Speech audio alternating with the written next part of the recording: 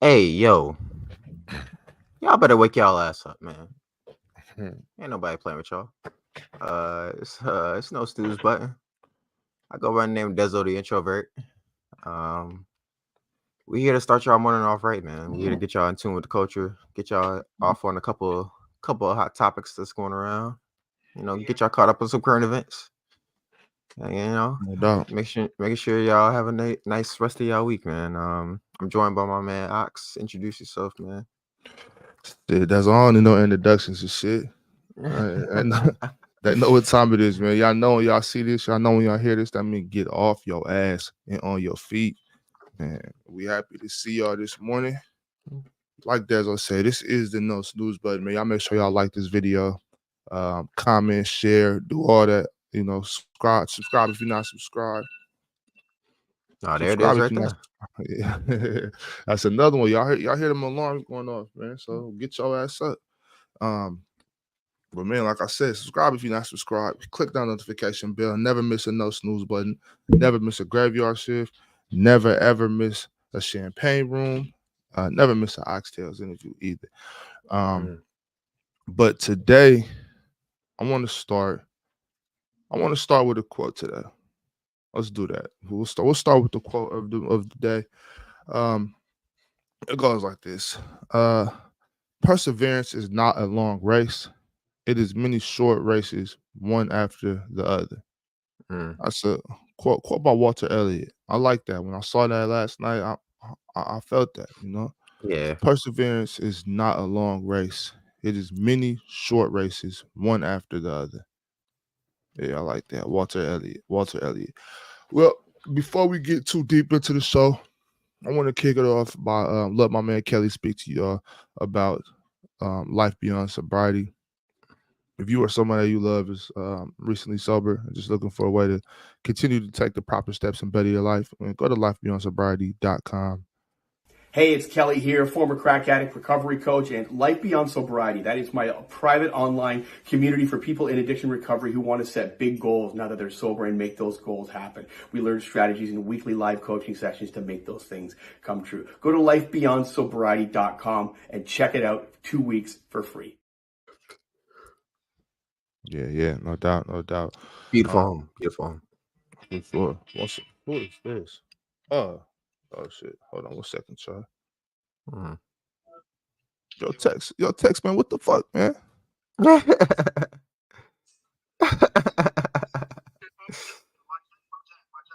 All right, for sure.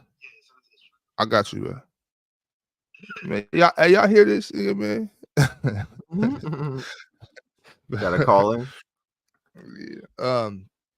No, okay, that's what's up though. That see, text he ain't hit the snooze button. Text ready to go, man. Just the link, that's on me. Um, oh, got you. Okay, but yeah. Once again though, let me before we get into it, let me give y'all that quote one more time for anybody that just showed up. Perseverance is not a long race; it is many short races, one after the other. That's from Walter Elliott. Shout out Walter Elliott, man. Sounds like a great guy. Wise Hmm. guy. Why? See, I wonder who. I need to do some research on Walter Elliott. See who he is. I don't Yeah, I know never much heard of about him. Walter Elliott. No, me neither. Let me see. Okay, got that through there. All right, man. So let's get to it, man. Let's how about some weather, yeah? Let's check out some weather for the week. All How the right. people looking out there, man? How's it looking for the people? Let me see. Okay, let's get through this real quick. New York City. Today have a high 53, low 33, and mostly cloudy. Tomorrow's a high 54, low 40 with light rain. Wednesday, high 62, low 34 with also light rain. Thursday, high 41, low 29, and clear. Down in Atlanta, we have a high of 72, low 43, clear with periodic clouds. Tomorrow's a high 69, low 56, and rain. Wednesday, high 73, low 37, light rain. Thursday, high 57, low 42, and cloudy. Chicago, Today, high 57, low 38, and partly cloudy. Tomorrow, high 59, low 30. Got some light thunderstorms and rain though. On Wednesday, the temperature drops severely on Wednesday, a whole 30 degrees. It's a high 29, low 24, and windy. And then Thursday picks back up a little bit, high 40, low 24 with clear skies. Today down in Houston, we have a high of 79, low 64, and cloudy. It's just a cloudy week in Houston, just cloudy all week. High 79, low 64. Tomorrow, high 79, low 68. Wednesday, high 70, low 51. And Thursday, high 59, low 51. Cloudy week in Houston. Bringing it out to the West Coast, Seattle. Today we have a high 44, low 34 with light rain. Tuesday, high 43, low 34 and cloudy. Wednesday, high 50, low 41, wind and rain. Thursday, high 45, low 39 with light rain. Down in Los Angeles today, we have a high 64, low 55 and light rain. Tomorrow we have a high 65, low 55 and mostly cloudy. Wednesday we have a high 69, low 54 and sunny. Thursday, high 64, low 54 and partly cloudy. That is the weather brought to you by Google. May y'all dress accordingly, plan accordingly. That's the weather, y'all. For sure. Oh, dang, we clicked at the same time. Yeah, man. Context, man. What's Tap the in with the people, bro. word? What's the word? Yo, my fault, man. My fault, y'all. Listen, man. We gonna have to start a GoFundMe for my technology services. You heard? My phone crashed on me. I don't know what happened. Like, it's not updating the messages. I don't know what's going on. I had to go on my other jack. You know what I'm saying? Like, it was crazy. I see what happened, but we in here. Tap the like, subscribe, comment button. You know what I mean? Let us know what's going on. You already know what we tapped into. I heard I was giving the fake weather. You know what I mean? I don't know if he lied to y'all, but we in here, man. I'm gonna hit y'all with let me hit y'all with the financials real quick before we get into the culture. So we got the commodity market real quick. So gold is down $9. It's at $2,028. Also down silver, only down 41 cents. It's at $22.60. Copper is down as well. It's down 3 cents, and it's at $379. My fault. Platinum's down 17, and it's at $888. Crude oil stayed relatively the same. It's at $76.77, and gas oil is up 9%. It's gonna reflect probably in the future, but for right now, gas oil is going up, yeah. So we're gonna see some gas prices going up. Gas prices always on the rise. Yeah, it's always on the rise. It's tough. How was y'all weekend though, man? How was y'all weekend? Weekend was pretty good, man. Weekend was pretty good. I can't complain. I had a birthday to celebrate yesterday. So I had a fun time yesterday. That's dope. That's dope. Y'all went out, or like y'all did like a little inside shindig? Yeah, we went to like an art gallery type of thing. Okay. My friend's a painter. Okay. Well, I mean, I guess you can classify him as a painter. But he does a lot more. An artist. Yeah. He actually did the covers to one of my songs. So. Oh, dope. He's pretty dope. He's pretty dope. So had to go out and celebrate with him. What about y'all, man? What about y'all? Oh, it was fire. It was fire. Just, regular weekend, man. Spend time with the kids. Actually, I had my niece this last week. She was up here with me. I just took her home yesterday, so I was on the freeway yesterday, but it was pretty dope. Did the playback last night. Watched us beat the hell out the Clippers. You know how we do. Yeah, that was a big That one. was good. That was a good ass game. I'm not going front. low key, it was. I was not surprised. De'Aaron Fox son.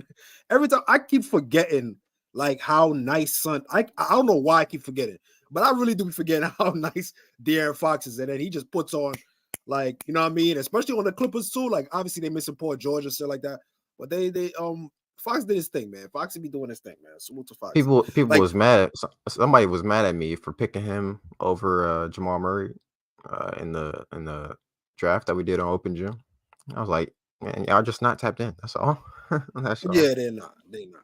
That boy is cold. But the thing about it was like the end of game decision making. Like there was a couple of games that me and Ox was talking about. I was like, I wasn't really feeling the way that they did their execution in the end of it. But this one, yo, they came through. Monk when they needed Monk to do what he had to do, came through, hit him with the mini max sauce, and then Fox closed it out like true point, like you know what I mean, like floor leader, had everybody calm, everybody under control. We're not just spamming Malik Monk and Sabonis. Like you just came down, did what you had to do.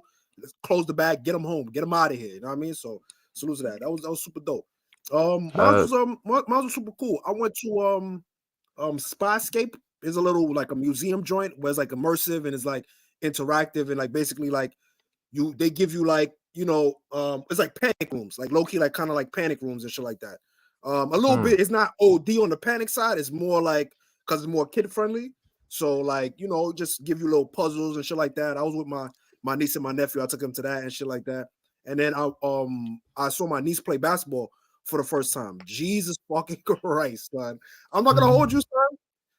I feel bad for me, like if I have like if I got like kids that's into like basketball, I'm gonna lose my mind, son. Almost got kicked out, either here or there. You know what I'm saying? I'm gonna have to go. He was arguing a couple calls. Yeah. I feel you. Yeah. I told the referee to eat a Frank. It was a lot going on. It was a lot. Wow. Yeah. To be honest, I'm gonna keep it a band with you. I was not prepared. I was off the Migos the other night. You know what I'm saying? And I take my niece early in the morning, so I was not. You know what I'm saying? When I got activated, it was over. It was like I was drunk again. I was bugging out. Yeah. Keep me away from those games. You know what I'm saying? Speaking of basketball players bugging out, right? Let's get into the culture real quick. Starting off with Christian Wood. Christian Wood, it's a story going around of Christian Wood might get taken to court after he showed up at his baby mom's crib looking for his son. So Christian Wood is now in the middle of a pretty alarm. This is according to Lakers Daily, right? Says Christian Wood is now in the middle of a pretty alarming situation. Tamira Kissin took to Instagram on Saturday to post videos of Wood at her home with a shovel looking for his son. And one of the videos posted that's crazy. Kissin. One of the videos posted Kissin. Wood is being asked repeatedly why he was at the house. He can be seen responding, though it's tough to make out what he said.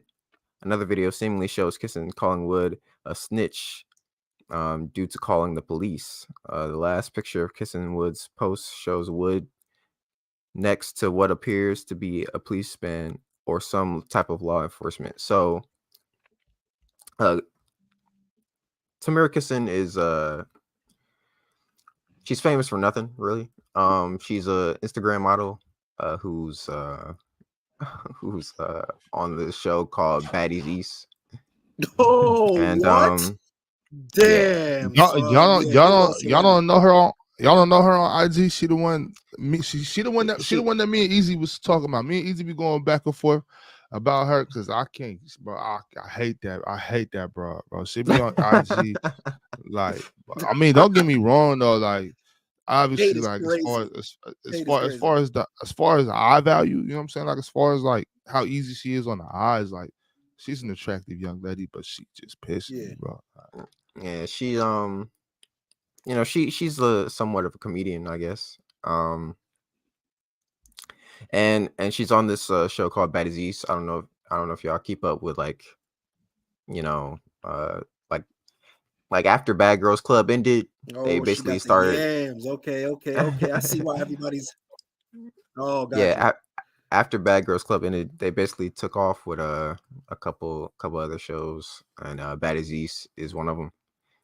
And so she was basically taking care of Christian Wood's kid while the son's mother um isn't around. Like I think she's in jail actually. So Christian Wood, if Christian Wood What? has, yeah, Holy so if shit! Wow. Christian Wood is the legal guardian of this child, do y'all think it's right for her to be withholding this baby from him? Like, there's no way, right? It depends. Like the whole And situation. the mom is packed up. Yeah, the Yeah, mom's in jail. Yo, I go ahead, Ox. ain't know she was in jail, right? So I kind of changes things. But it was a crazy situation. I seen the videos, I read the article. Of course, I had to make sure to try to just, get updated before I came on here and dog the situation, because it's weird. She talking about she didn't know him, this and that. You know what I'm saying? I don't know who you are, but obviously she did. I'm just Yeah, she saying, definitely know him. imagine if imagine me and my friend being that close to where I have her kid overnight, right? But I don't know who his dad is. And he's in the league. Like, nah, that don't sound right to me. Like, how you don't know who your who your friend BD is? Like, what? Like, you don't know who, that don't make no sense to me. Like, you know what I'm saying? But at the same time, though, if somebody, if I know that there's a situation going on between mom and dad, right? Mom dropped the kid off, and there's a serious situation, I got to talk to mom before I give you your kid. Like, I know it's like I'm not trying to withhold your kid, but it's certain things you just don't do. Like, you know what I'm saying? Like, your name, I need your name on the release form, sir. You feel me? I'm not just No, I get it. giving away people's kids. You know what I'm saying? Like, I can't. That's Right. You just can't. And I know some people like would know that's their son. You have to do it. I know I would trip too if I was the dad. Like, that's my kid. Give me my kid. But at the same time, though, it's rough. Especially dude look like he pissed off. He got the shovel and shit. Like, Yeah, he got nah, a shovel in bro. his hand, you know? Yeah, nah, bro. I can't Yo, release the child, bro. I Once, can't. no. Once I'm backed out the shovel, bro. Yeah, bro. You got it. Yo, listen. I get it, Ox, and you got a more confidence. I feel it. Like, there's a little bit of hesitation. You know what I'm saying? And I agree. Like, obviously, you just don't want. You kind of want to take the precaution route. It's kind of like, after school program. You know what I'm saying? Like, this Right. person might be that person's uncle, but because they're not on the list, they're gonna give you a hard time. Like, yo, we don't know you. The parents didn't vouch for you. You know what I'm saying? Like, you could have all the good intentions in the world. You know what I mean? And your family could have actually sent the uncle to go pick up the kid. But because your name is not Right. on there, they got to do what they have to do. But once Bro, I my thing is see my mom. son backed out the shovel, bro, come on. Yeah, Like, you that got was it. All right, wild. you got Tess. it. That was It's your wild. kid, bro. Like, it is what I'm Nah. not See, doing nothing that's illegal. what I'm saying. You feel That's what I'm saying? saying, Tess. Even Yeah, you got a especially shovel, especially gang. especially since you got the shovel, like, I got to talk to his mama before I give him to you. My thing is, look, mom. Now it's different. It's different when it's mom and dad. Like, obviously, when I'm little, if my mom show up, I'm leaving. Right. If my pops show up, Right. I'm leaving. You know what I'm saying? Like, I don't care Right. what anybody say. No, I'm out of here. And that's my pops. I'm out of here, right? But Right. I was always taught as a youngster, like, don't leave with nobody but us. Like, I don't care who it is. Like, unless you hear from, except for obviously like my granny or something. Like, if my granny show up, like mom, you can be mad if you want. It's my granny. You know what I'm saying? Like, I'm out of here, right? But it's those are the only people. Like, other than that, you don't go with nobody. You know what I'm saying? Like, Right. that's how I told them I had to teach my kids the same thing. Like, nobody, unless it's me, your mom, like, or like my sister, you don't go with nobody. You know what I'm saying? Especially like, and it also depends on what type of lifestyle you live though. You know what I'm saying? Some people live that lifestyle where, like, my kids are like, you know what I'm saying? you feel me? Like, you can't go with nobody because these kids can be used as and that's pawns and Ox, shit like that. stay So I'm right saying there. you Stay don't right go there. with nobody. You feel me? So that's my thing, though. My thing is like, with Shorty now knowing, like, the back now, I'm not gonna say 1 + 1 = 2, but Shorty's from Baddie. She's an IG model. You feel what I'm saying? Like her judgment and her friends, her choices in life are all over the place. You feel what I'm saying? So like, cool. I understand that you saying like, yo, Christian Wood, she might have told you stories like, yo, maybe the pops is not, you know, he does this, and they're like, yo, we don't know if we want to put your, yo, but you got the mom, she's crashing out on TV, live TV. She's crashing out, you know what I'm saying? Like, yo, what are we doing here, son? You making she be poor decisions, bro. Bad move. I ain't gonna lie. T on that show, when she's on that show, like she be throwing them hands with some of them girls too, bro. You be watching that shit? Right, my girl got okay, you're right. She got you. Okay, what's up, girl? She showed me a couple clips of her, you know, like knuckling up with shorties, and she lost all 3 times I saw her knuckle up, but you know, she was still fighting though, you know what I'm saying? She too fond to be out here fighting this shit, bro. I hate that. they all too fond. Yeah, look at Ox saving us. I'm not saying don't do that, baby. Don't do that. Nah, hell no. She, especially she not mine. I don't give a damn. Like, go ahead, get your bell rung if you want to, but you shouldn't be like, you definitely shouldn't be doing that. Like, you want to get your, you know, you want to get your block knocked off. Go ahead. Not trying to twist the cup. Not So yeah, man. You know, when I seen her in the videos, you know, she handled the situation pretty well, honestly. You know what I'm saying? If I seen a 6'11" dude with a shovel at my door, it would have been a lot more than just me shouting through the window at him. You know what I'm saying? So I'm gonna go ahead and excuse myself to the closet real quick. I'll be right back, buddy. Oh, you looking for somebody? I'm not mad at the pop though. Because the way I look at it, I'm looking at Christian Wood like, yeah, you know what I'm saying? Like, I'm looking at it like if I'm him, like, you know, you probably coming off the road, you know what I'm saying?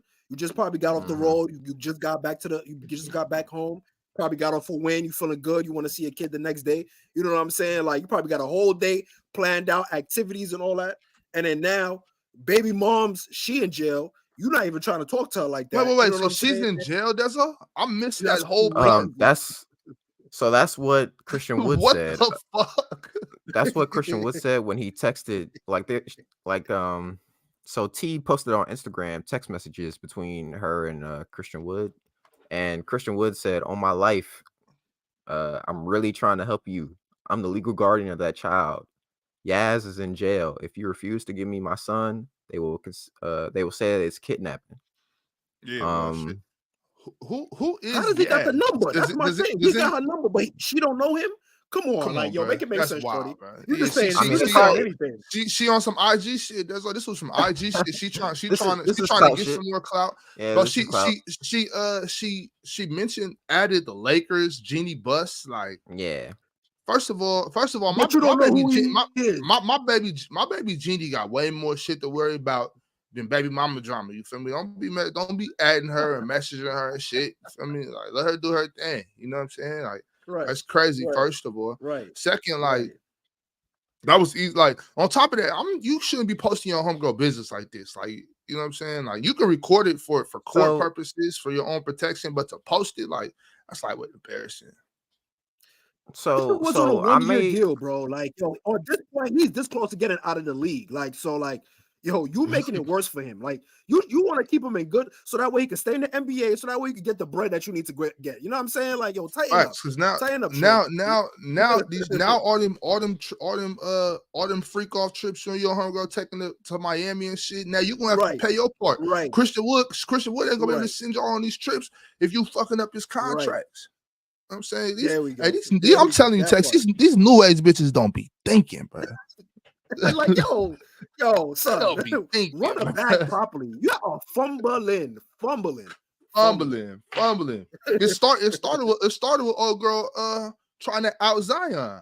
Like, bitch, what are you doing? Right. You really fucking up the game right now. Now look at you. I'm saying, I was. That's what me and my. He's still hooping. He about to be in the playoff.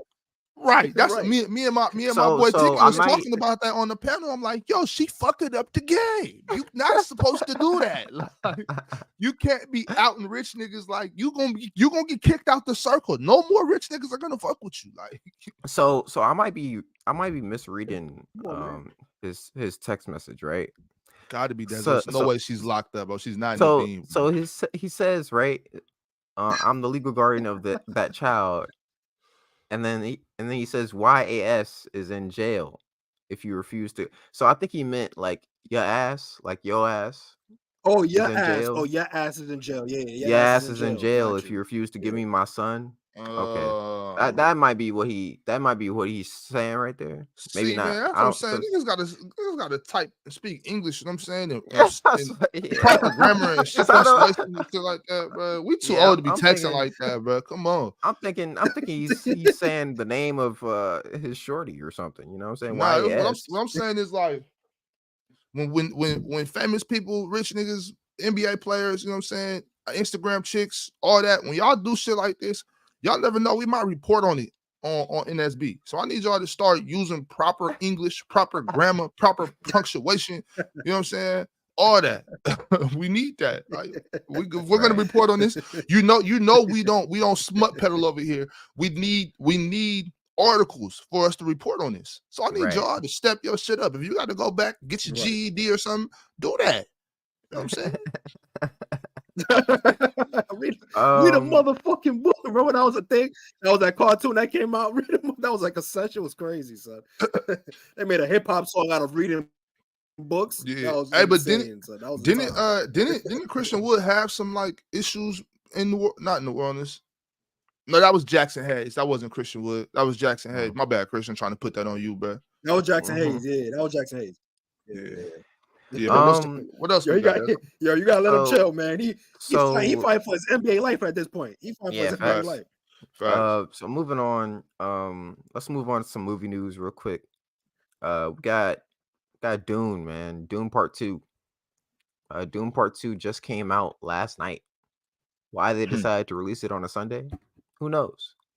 But that's their prerogative.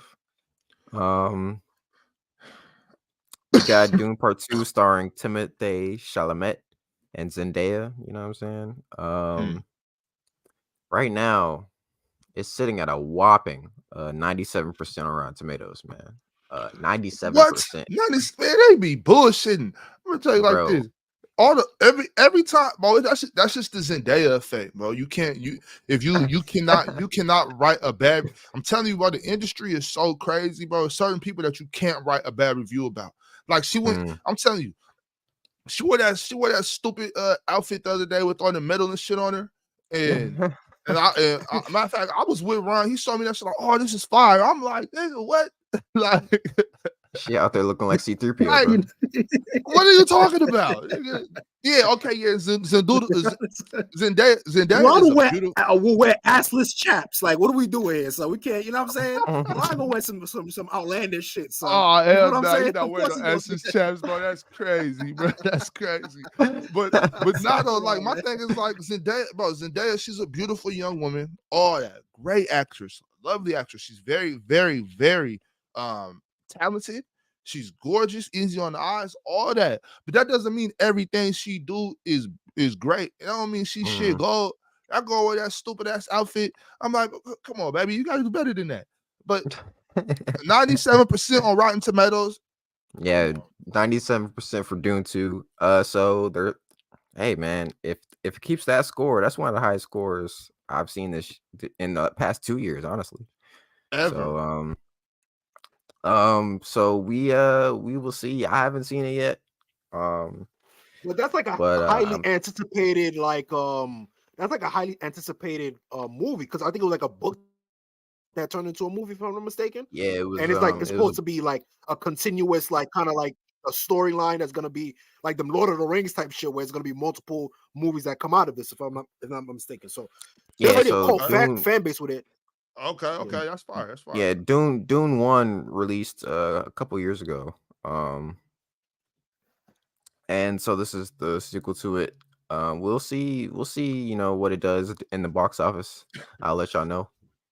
Hey, But Deslo, you brought up them releasing on a Sunday, right? yeah, And like why would they do terrible, that? by the way. Do y'all ever think sometimes like companies or people just like they overthink or overmarket? Like, you know what I mean? Like 100%. 100%. because I know like sometimes when I deal with certain business partners, especially I have a business partner specifically when I'm talking self-made right now, and he he's really like business savvy. He went to business school and all that, right? And sometimes when we have we'll have meetings where we're talking about business strategies and, well, how should we do this, how should we launch that, or how do we market this, right? Excuse me, hold on a second. Yeah.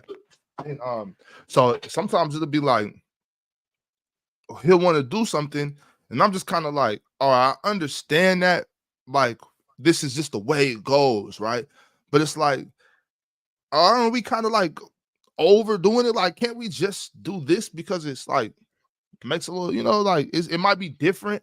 Like, how do y'all feel about that? Like when it comes to like dropping movies, dropping albums and stuff like that, like how there's just a way that the industry does it.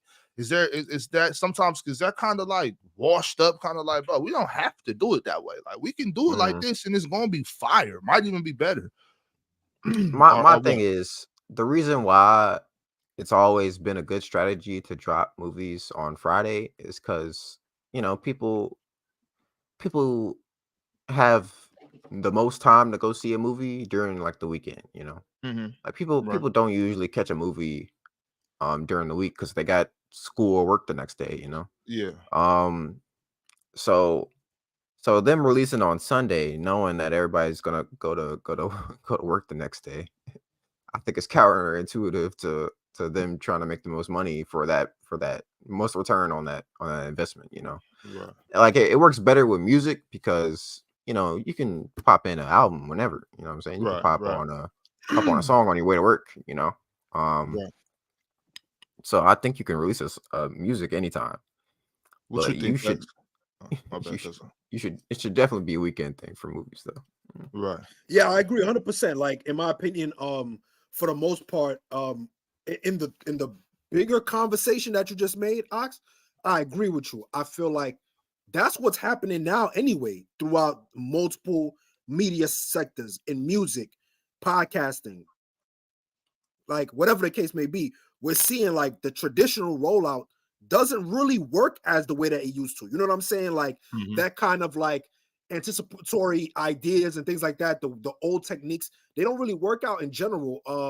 It's more of like spontaneity. Like spontaneity sometimes does way better than, you know what I mean, like pre-planning, things like that. Sometimes like Kanye West, when he did the Vultures thing, his merch, he dropped all his merch down to $20.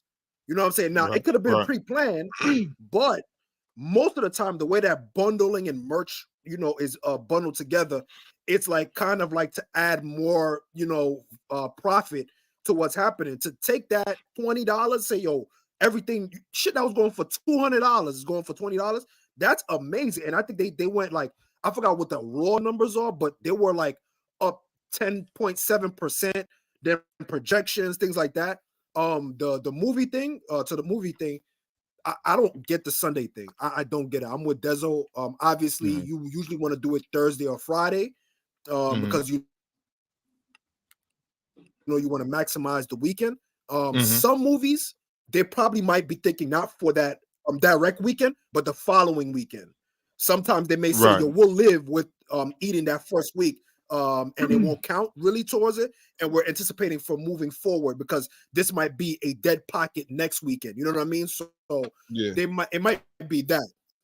I think but I agree with you. I think sometimes they do over calculate and they do overstep. Sometimes it works, right? Sometimes you may do over plan and it just works out that way.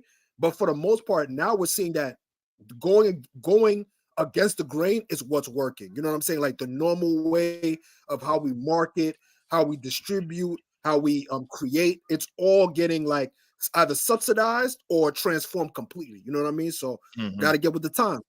Yeah, for Gotta get sure. with the times.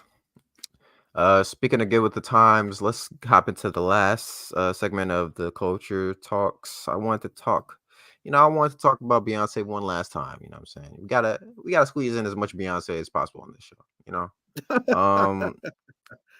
we got Dolly Parton congratulating Beyonce for hitting #1 on the Billboard Hot 100 chart, Hot 100 country chart. So Beyonce did it. You know what I'm saying? She dropped her country song and it instantly hit #1 on the country charts. Dolly Parton's a proud Are fan. people surprised? Were people surprised?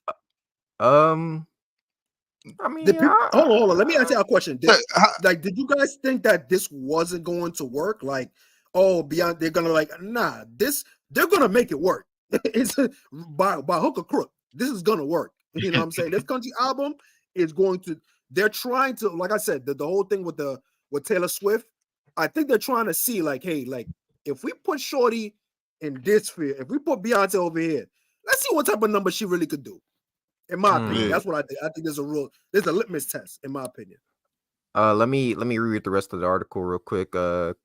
So Dolly Parton wrote on social media that she was really proud, or not really proud, but like she's a big fan of Beyonce and very excited to hear the full country album that she's gonna come out with. And congratulations on your Billboard Hot 100 Hot Country #1 single. Queen Latifah was under there talking about, love you, Dolly. So shout out Queen Latifah, I guess. And then Queen Latifah didn't say nothing to Beyonce. Just so she don't say nothing to Beyonce. She said something to Dolly Parton. Like, what's happening right now? What are we doing, Queen? Maybe she not feeling the country move. I don't know.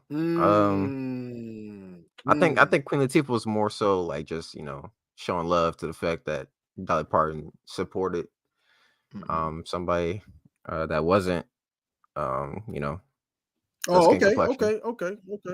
Her skin complexion. Dolly, she always show love to us.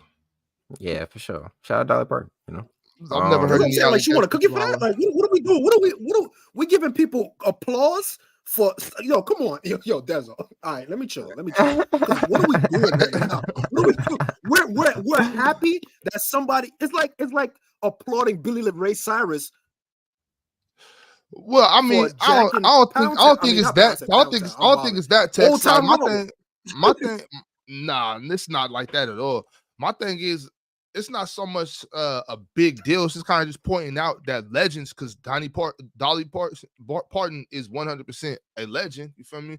So she's acknowledging Beyonce's step into the country music land. So you know what I'm saying? Not like that legitimizes her, but it just kind of shows like people are respecting her craft, respecting her as an artist, and respecting her in this new field. So I think it's kind of dope. Like, Beyonce took it serious. It's not like she's trying to make a joke or anything about it. You know what I'm saying? She tapping into her culture, tapping into country. I like it. I hope she kind of does a little more with it. I like to see artists cross over into different genres. Yeah. Like, don't keep yourself in a box. Even when Wayne tried to do the rock shit for a little bit, I wasn't mad at Wayne. Like, that's what's up. That's art. Like, that's like if I'm a painter and I'm like, you know what? Let me see if I could do a sculpture. You know what I'm saying? Let me check out something like that. Like, that's fire to me. Like, you know what I'm saying? Do that. No, for sure. The craziest fact about this story is Beyonce, with her song Texas Hold'em, Beyonce becomes the first Black woman of biracial, or actually, yeah, just the first Black woman to reach #1 on the Hot Country Songs chart. So she the first Black woman to do it, man. So shout out to Beyonce. Yeah, salute to her.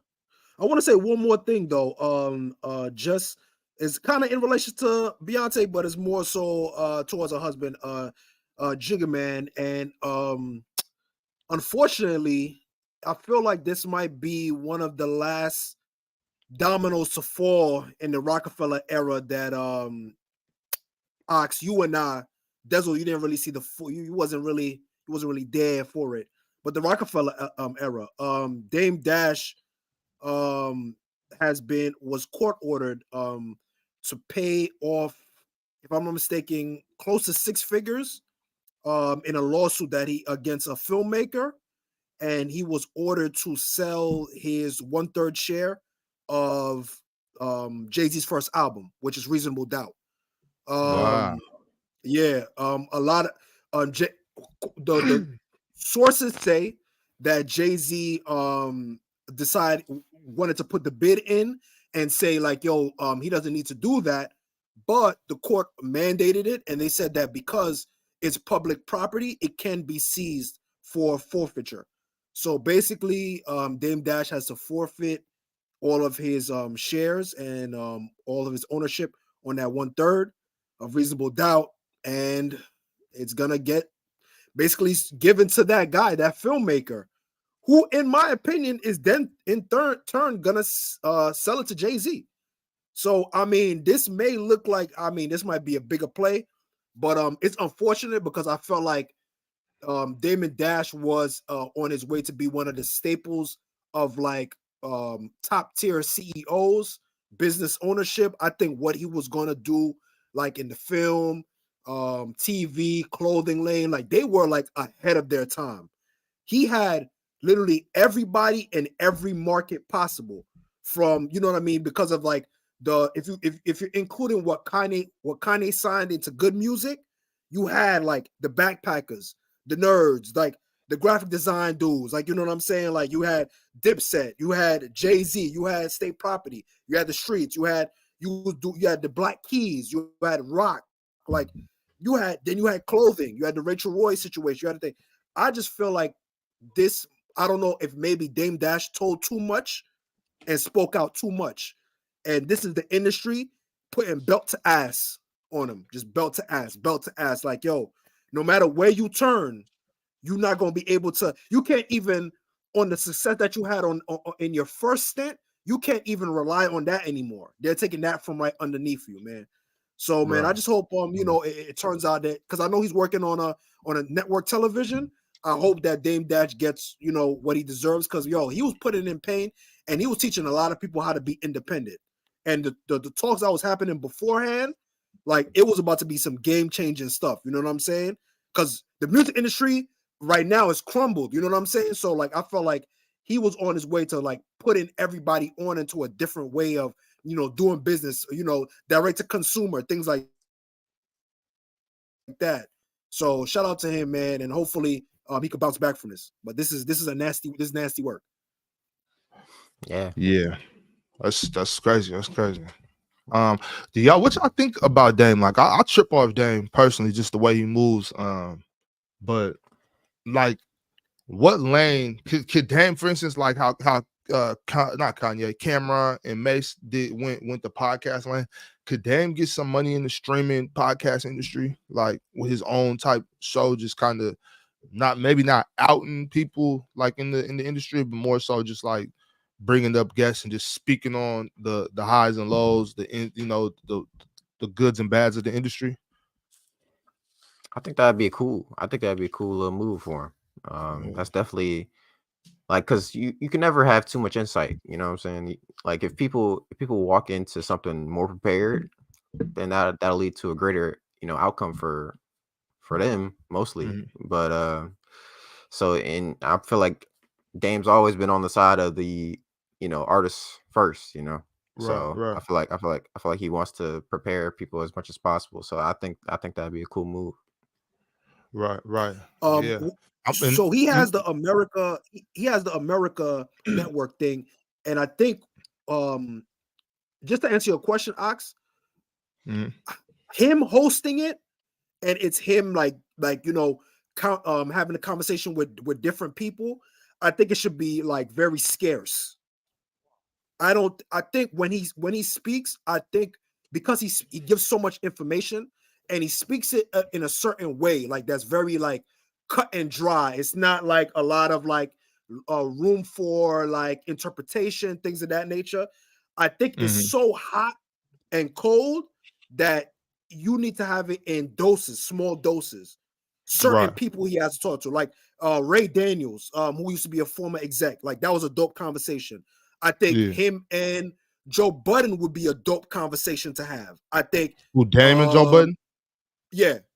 I think him and Damon John, the guy that owns Yeah, Fubu, that's fire. Yeah, I think that would be a dope conversation. I wouldn't want to Now see him that would be fire frequently. for sure. I would like to see Dame and Mark Cuban. You know what I'm saying? I'm that trying to would be see like right. I would like to see like Dame, Mark Right. Cuban, and shit, somebody else. You know what I'm saying? I'm not sure. Maybe somebody else That'll be fire. into something else, a different type of industry. But that would be Right.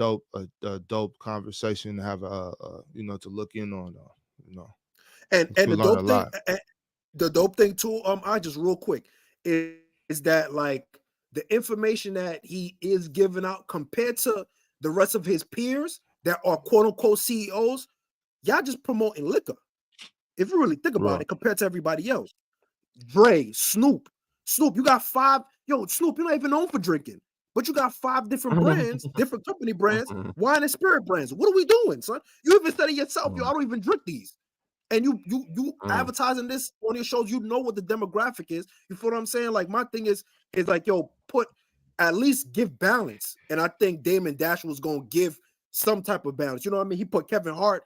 It was in a hood show, but he was like the comic relief. You know what I'm saying? Like, and that helped brand it. That could have been another thing where he could have been like a big guy that hosted like a Def Comedy Jam. You know what I'm saying? Like that could have been the next level for him. You know what I'm saying? I just matter of fact though.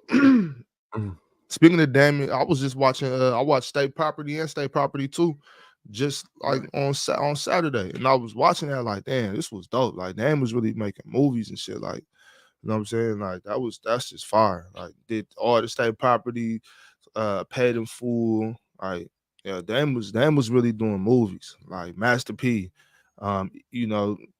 But Dame is dope. I want to see more interviews and more content from Dame Dash, bro. Like, for sure. But, Ahead of its time, man. Real quick, I and know this is something that's not like you know what I mean, but yeah, for sure. Go out. I know this is something that y'all gonna be interested in right here.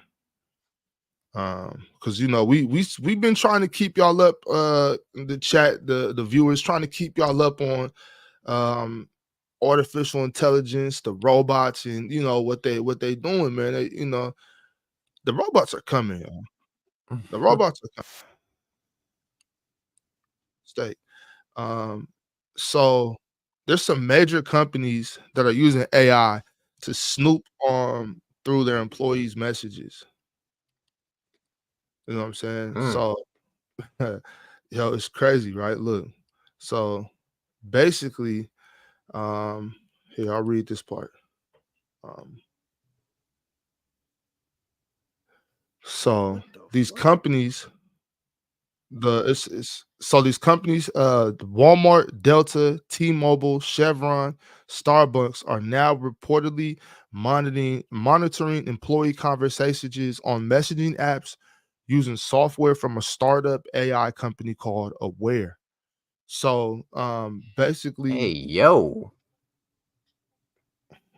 yo, nah, that's wild, bro. Basically, like since the whole work at home movement really started, you know, due to COVID and whatnot, people are working at home a lot, and so they're using they're using their messaging like during work time, and they're like talking to their employees, or their coworkers, their colleagues, and whatnot, right? And so I guess I'm not sure. It really didn't specify here in this article about like what like how they're doing it, except for I know they got the software Aware, right? But so I'm not sure if there's if it's they didn't get into specifics as far as like, oh, it's illegal because it's work time.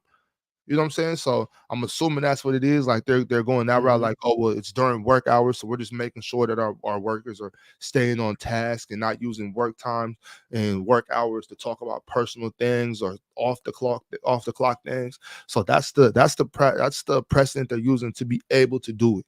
But yeah, bro, they're definitely spying on their workers though. Wow.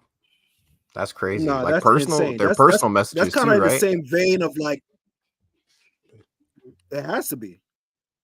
It has That's to be wild, at that bro. point where it sounds like it, because the way that I'm thinking is, if they give you, obviously some places they'll give you a work phone that's separate from your or sometimes what they'll do is they'll give you a whole new phone, and it'll be a dual situation where you're using it as personal and work, and you're probably just using an app, maybe a Telegram app, or blah blah blah, whatever the case may be.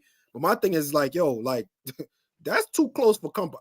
Now, if it's a work phone, if they have it like, you know, where the server is basically tied into your job and stuff like that, that kind of does make sense. You know what I'm saying? Like, you don't want to be that person where you doing some wild stuff on the work phone.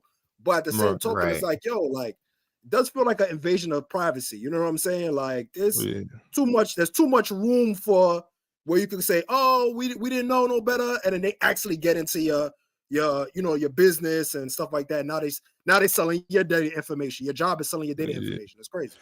Yeah, so I got That's a crazy. couple of different like a couple of different type of feedback from like workers and stuff. Somebody said, I've seen AI being used firsthand, and it's so flawed and so messed up that I just think it wouldn't be a useful investment of anyone's time or money anyways. And that just doesn't really foster a trustworthy kind of business vibe. That's what one lady said. Another lady said, I would feel like, I don't know, like they're just trying to get something out of me and get me in trouble or something. I don't know. It would be very sneaky. Another person said, I think I'm fine with it because I'm very watchful of what I do on company time and company property, anything like that. So some people feel it like it's not a big deal because I'm, you know what I'm saying, I'm not the dude that's gonna be, you know, setting stuff up with co-workers or whatever. You know what I'm saying? I'm not in my bag on the company phone, so I'm not tripping. Like, y'all can do what y'all want. Like, so I mean, yeah, Setting but the link up on the company phone is yeah, insane, though. that's Like, crazy, imagine you right? set up the link up, like, yo. Nah, that's Right. you gotta listen. My point is, I get it, but my thing is like, yo, or is HR doing their job, like finding the right people? Like, you're not doing like real evaluations. Like, how you guys you're picking the worst type of people. Like, if you gotta sneak and like you gotta watch them from afar, you know what I'm saying? Like, you don't trust that person, do Right. you? What's the point of Right. hiring them? You know what I'm saying? There That's gotta be so some type of trust. facts. That's crazy. Yeah, that's that's insane. But I mean though, like it's going to that point though, y'all.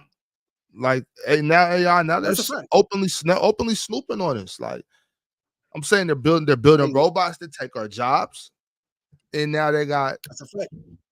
now they That's a fact. snooping trying to get, because I mean, before you go to war, what do you need? You need intel. You know what I'm Yeah. saying? If we go into war, I need intel. You need intel. I'm trying to replace you. I need to know what I need We to know already in about war. you. I'm Actually, already in war. They got I need to, you feel me? They know the fat percentage on your liver. You understand? That's how much biometric data they got on everybody at this point. They know what you know what I'm saying? They know if your hair is curly, if it's straight. You know what I'm saying? They know your eye color and everything. You know what I'm saying? We already at war, but now you at war with your job. That's insane. That's Hey, because insane, bro. like you got to think about that though, right? Like all types of data is being sold to companies, you know what I'm saying, from computers Right, and all that, whatever, right? You can't tell right. me that the data from the hospitals, when you get your blood drawn, when you get biopsies, when you get all that, you can't tell me that there's not companies that are buying that data as well.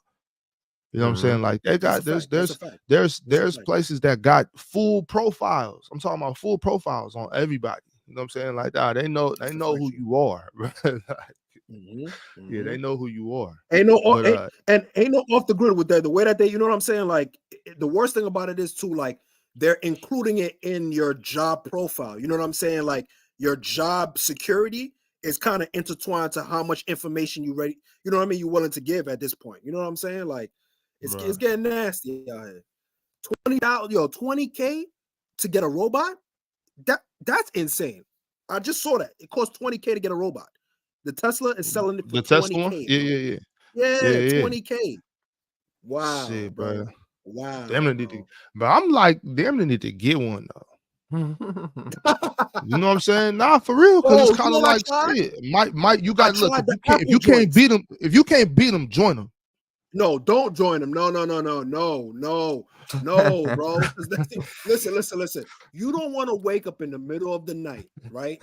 And all of a sudden, you got a mechanical arm around your throat, ready to squeeze the living life out of you. No, Nah, bro. you supposed to, Because you didn't nah, do the oil you got to check. get Nah, I'm cool, bro. I'm cool. you got to get one that's gonna rock with you. You know what I'm saying? Program them to be on your side. So you know what I'm saying? Something. Well, listen, if you're smart, you all them computer nerds that I used to make fun of and all that. If you got one of them in your circle, talk to them real quick, have them, you know what I mean, set up a script for you, just in case you cop a robot, so you can put a good script in there for you, put a good chip in there, you know what I'm saying? That way you don't get, you know what I mean? Because if you get it from Elon Musk, it definitely got a kill switch. It needed kill switch because he might have a button that could turn all them red. And y'all seen iRobot. Leave it like that. We'll leave it like that. Yeah, I'm telling you, man. These motherfuckers didn't know. More and more every day, man. I'm getting more validated that these guys never watched that movie. Like they never watched that movie. Man. Oh no, they watched it. They just want to live it. Yeah, they think that they can, you know, change the way that movie, you know, ended. You know what I'm saying? They think they could create something that doesn't make the robots trigger that kill switch in their heads. You know what I'm saying? Yo, no, but tell the truth though. Like if you had a major corporation that had thousands, hundreds of thousands of employees, would you not consider, you know what, I can get some robots to do the job of 40% of these people? Would you not do it? I would definitely if it saves me money, then I would definitely, you know, outsource. That's why they started conveyor belts and shit. And like, that's why. Well, that's not necessarily why they started conveyor belts. They started that just because it was a more efficient way to build. You know what I'm saying? You was getting the job done. But I mean, you're right though. Like I get what you're saying. But then like, but 40% of your workforce laying them off, that's crazy. I mean, like in the future, you already have. Yeah, go ahead. That's my fault. I was gonna say, like in the future, you know, that they were talking about universal income a long time ago, right? That's something that Bernie Sanders brought up when he was running for president. And the thing is, that's gonna have to come into play at some point, because eventually there's not gonna be enough jobs for people, especially if they start, you know, putting robots in place of humans. Hey, I got to slide though, yo. I'm gonna take. Yep. All right, yo. All right, man. You respect. So yeah, that's something that actually, you know what? If anybody wants to come up, I'm mostly looking at you, Easy. You know what I'm saying? If you want to come up, chop it up with us real quick. Now that Ox is gone, I'm gonna send the link out. Oh shit. Context, what do you think about universal income? Like, do you think that'll work? Do I think it's gonna work in terms of keeping everybody happy? Nah. Eventually the rubber's gonna meet the road and it's gonna get worse. You already have a workforce that is borderline lazy as it is, and is trying to avoid a lot of you know, the grind, what it takes to like waking up, you know what I mean? Like they're trying to avoid that grinding out lifestyle, right? So by doing that, providing universal income and leaving it to robots, you're incentivizing even more like laziness. But when you create laziness, you create an uneven playing field, because then you're gonna have people that are very, very hungry. You know what I'm saying? Like you're gonna have the people that are comfortable and where they're at, but then you're gonna have the people that are gonna try to take advantage because they know, oh well, I know you already got $1,000 sitting in your house. I'm coming in there to get that. Content. You know what I mean?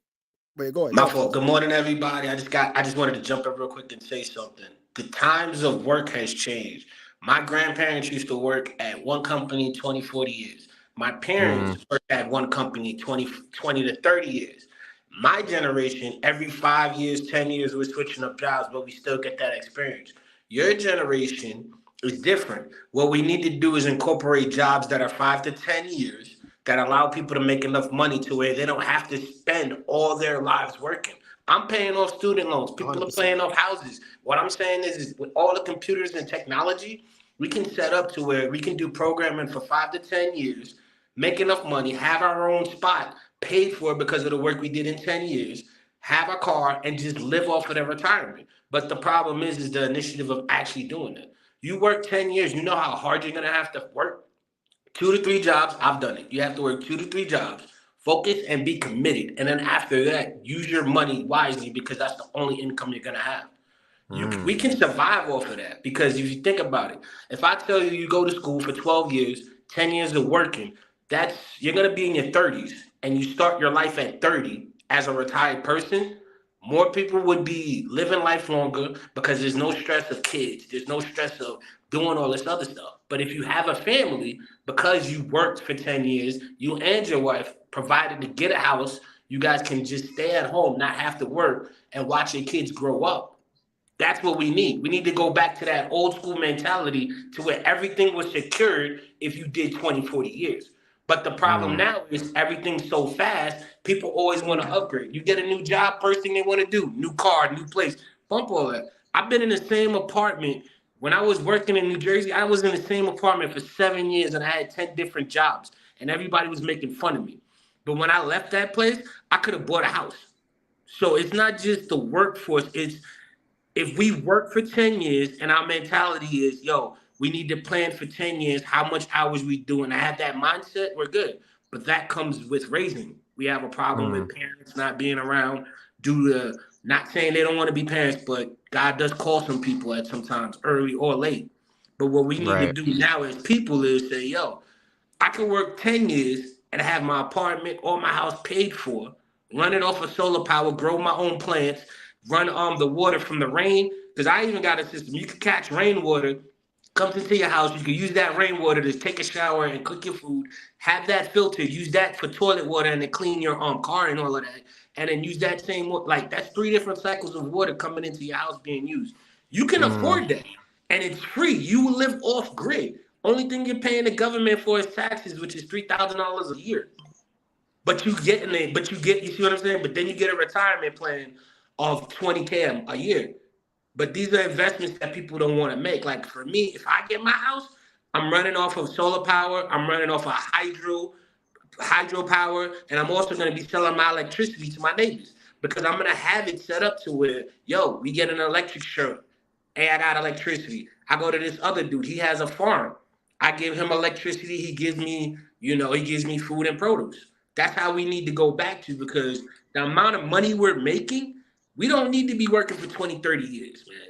I see people now making $75K. When I started, $40K was this shit. You was making $40, $50K, you was balling. Now that ain't nothing. But if you use that money to invest, you could be, think about it. You have your house, you don't pay electric, you don't pay gas, you don't pay water. All you're paying is taxes on the land. You know how much you're saving? But you got to also think about it too, though, Cowboy. Real quick, that's great points, and definitely dope advice. Great mentality on top of that, right? But to the comment, Irvin said it's kind of like the old school mentality. Unfortunately, right? We're drifting away from that, and I agree with you that some tools from the past we gotta still keep on going and kind of try to just give it to the new generation, try to revamp it and stuff like that. But what's happening is that with technology being as fast as it's moving and the older ways drifting away, on top of that, the older information not being passed along, what's happening is that there's disconnects. And you to meet up with those disconnects, you have to kind of talk to the level of what generation you're dealing with right now. You feel what I'm saying? Like we're in the TikTok generation. You feel what I'm saying? So like, imagine I'm gonna use social media so you guys can get an idea. Imagine taking MySpace. Listen to this. Imagine taking MySpace like ideas and trying to put it on TikTok. Some of them might work, but for the most part, because the whole infrastructure is completely different, it's like you're putting a square peg in a round hole. You know what I'm saying? Okay. It's a situation. I agree with you though, Cowboy, but I feel like the landscape might not even be conducive for us as a group to be effective like that. I think yeah, go ahead. I was just gonna say that's the challenge. That's where it comes from you. Example: everybody know about slavery, right? I'm gonna tell y'all who I am. I'm a Jamaican head who's a Chimaroon. They're also known as Maroons. They were guys who used to free slaves back in the day when we had slavery. You guys hear about Underground Railroads? That's the Chimaroons and Maroons. Yeah. You can even trace that back here to Colombia, where I'm at. There's a guy named Benkis. Type in Colombian slave Benkis. He's one of the originators that started freeing slaves. He was the only black guy that would, after he got captured, he went into town and was buying slaves. Back when slavery was legal, you have a black guy who manipulated the system back then, and he even helped out to where the Underground Railroad, all of that was them. They moved oceans and waters to create roads to where people couldn't even find them. I found all that information coming here. My mother told me about slavery. I found out years later of investigating on my own. I'm a Maroon. And then I found out that they came from here, and they're not even just from Colombia. This stuff goes, I know the whole route back 700 years, from Egypt all the way to how they found slaves all the way up to here. But I know that information. You see what I'm saying? I figured it out. I dug it out. Now, the problem where, like you said, things happen, we're passing on that information. My mother didn't know where to look, but she was told. I found a way to make it look because that was my determination. Now, the problem is, how do I pass on that information to my son? I can pass it on to him, but it's not valued. It's like the pyramids. All this information that we given and all this knowledge, we're like, oh, the pyramids has been around for thousands of years, but there's no money in it. That's why nobody's redoing it. There's no money in half of the stuff that we know, but the knowledge I gained makes me feel younger. That's what I'm talking about. The knowledge I went out and gained from learning about my own history. Now I'm empowered. That's what you can do when you work after 10 years. Yo, let me check out my history. Let me go to another country. That's what I'm saying, what we need to do. We need to start exploring outside of just work, because everything ain't about work. If you're working so hard and you can't even take a day off to recuperate because you're sick, something's wrong. For me, I've always, all my life, because of how my parents raised me, they always told me, you should be able at a moment's notice to pack up all your stuff and start somewhere else new, because you don't know. If God walks in today and says, yo, I got a plan for you, move to Seattle, and your dreams will come true, but you have to do it within the next 24 hours, and you say, I'm good where I'm at, that's on you. I've had people do that. Call me and say, yo, come to this spot. And I'd be like, nah. And then 2 years later, find out my boy was invested in Whole Foods. Now look at Whole Foods. My other boy owned a trucking company. He told me, yo, invest $5K when I had $30K. I was like, nah, dude is making $100K a month with his trucking company. So I started learning, like, yo, I'm missing all these opportunities because I was so focused on working, not looking beyond that and making money. I was in the trend. That's where, as Black people, we need to let it go, because what I found out is we are doing exactly what we were trained to do from jump. When we were younger, back in slavery days, all of it, our mentality was because we were rich in love and gold. All the things we had made us rich. And that's why we, as Black people, still go for the gold and the luxury and the name. If we cut that out and make ourselves important, nobody can say nothing to us. And that's the problem. It's not just Black people. And that's why. So the thing with, and I'm because I didn't hear Easy's thoughts on this, but so like, are you saying Cowboy? And there's probably a question just in general. Are y'all saying like we should try to push for something where is a universal income, and then try to develop skills from that, like invest into like what it be, you know what I mean? Like, should we push for like universal income and kind of lose that workforce, like Edge? No, the workforce is you. You use all these industries and stuff are here for you. For example, industries need workers to make them money. Without the workers, there's no money that goes around and makes industrial wealth. So you, as the worker, you need to select and choose what you want to better advance yourself. That's what you need to do. I don't believe in overall pay because I can have an idea and I can run a business better than you can, but because you have the money and the connections, you're more successful than me. That's not fair. Because if you do an industrial wealth type of program, that's what's going to happen. Everyone's going to be equal pay. Everyone is going to be like the military, and that's not how you make money or open up to creativity. Because you put a cap on everything, and it's not an open market. Like you said with MySpace. MySpace first came out, it was just MySpace. Then you got Facebook, TikTok, Twitter, like all these social media. Nobody don't even use MySpace anymore. Right. So what we need to do is learn from MySpace, adapt to the new times, and create a system to where we can all learn from all the new systems and not have to work as hard. But you have to do that because that's up to you. Like for me, I've been retired for the last 5 years. I've been retired since 35. What man you know is retired at 35? No bills, no house, nothing. I can come and go as I please at the age of 35. I'm 40. I'm about to be 41. For the last 5 years, I have been unemployed. And I'm running around. I'm in Colombia. I'm going wherever I want to do. And that's thanks be to God because I ran into an issue and I had a nervous breakdown. So I started living my life for me and I started noticing this is the problem with us as people. We wake up in the morning, go to work, come home, and just stick to that system instead of looking at other things we can do. For Right. example, Other things you could do with your time, you know. yeah, like you just sitting here playing video games all day. That's cool. Do that shit later. Read a book. Like I'm here reading books and I'm translating a Spanish book to English back to Spanish and I'm writing notes and I'm having book classes to where people can learn English and Spanish from my book translations and they know how I interpret the book. So I'm doing a lot of work for these people to where when they just read, they're like, oh, this is cute. And they can just throw it aside. But the knowledge I gain is important to me. People don't see that. That's where we all fall off. Oh, it's important to you, so I don't care. Easy, real quick, man. Let's get your thoughts on these things, man. Easy, talk to us. I ain't know Cowboys gonna pull up and take over the whole show. This Hey, shit hey, right man, here. Cowboy Oh spitting, My man. shit. fault, He was easy. spitting. Yo, He nah, was you spitting, good, man. Cowboy. I know you was gonna drop on Black History Month and drop some Black History Jones. You Hey, feel me? man, for real, for real. Right. Hey, but real quick on the whole topic. I mean, like, I'm not saying like you wrong, but like certain things, it's like, all right, you asking, you asking, especially black people, you asking a lot for them because you asking a black person to hunker down and grind out for 10 years. People burn out from 1 month on a new job. They think about their next vacation. So asking them to leave a hunker That's down a for a fact. year, That's a fact. man. Wait, hold on, It's hold on. it's You it's gotta be Hold on, unfortunate. hold honest with It's on. the I black don't unfortunate people agree too, in with man. this whole that world. because if you were Willpower. playing basketball, Oh, and I told you you got to work 10 years before you make the NBA, you would do that, wouldn't you?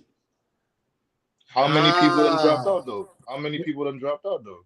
So now you but talking still, about one no, no, percent of no. But them. what I'm saying but there's a is lot of you would people that still drop within compete. that whole time frame.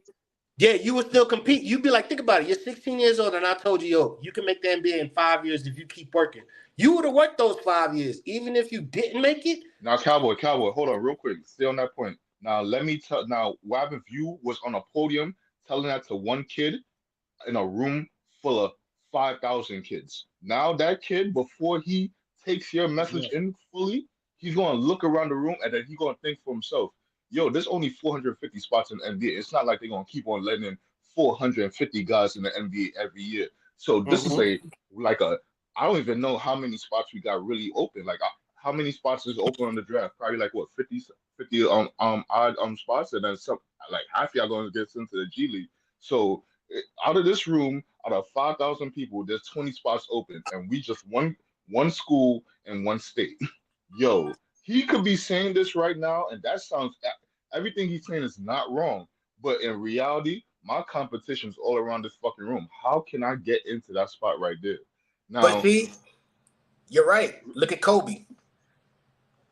He But had Right. it within him. this is what I'm saying though, Cowboy. You're talking about 1%. You're talking about the black people that have strong willpower, that have a Right. real life like Right. willpower to We gotta do be. something We with gotta be. themselves and have a goal in their Right. mind that they intend to achieve. A lot of people don't go about that. People just want to enjoy their life. They don't want to see a goal be set in their life and they achieve it. Their goal is to enjoy what has been given to them. So my thing is real quick, what your concept that you're talking about, in my mind, it kind of, for black people, it kind of relates to working out. So let's just say you're 300 pounds, right? So you come up with that good game plan, right? And I keep on going through with it. And I lose about 50 pounds. So I'm like 250, 240 now. I'm like, yeah, this is going great.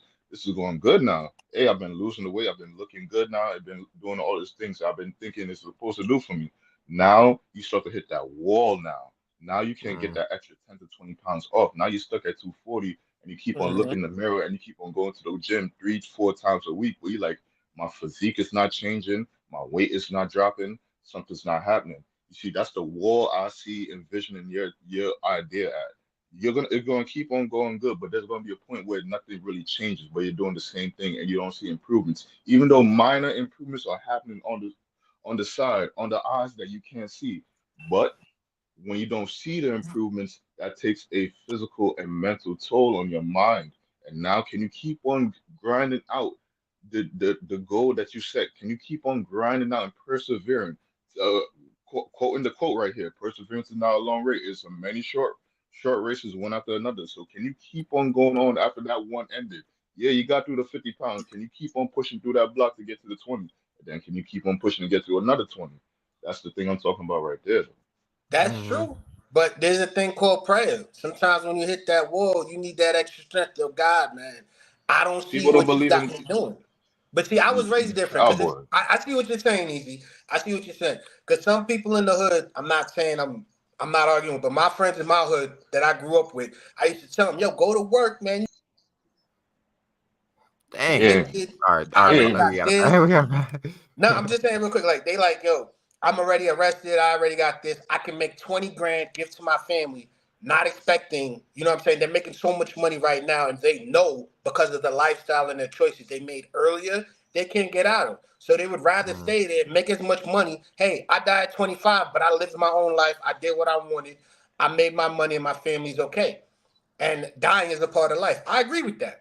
But what I'm saying is to those that are in that scenario and they're just sitting there complaining, that's what you need to do on the other side. For me, I had both my parents. So I couldn't just say, hey, I quit. My dad would punch me in the back of the head. Or when I would be too sensitive, my mother would be like, man up. I had it from both sides. So for other people, all I'm saying is you guys got options.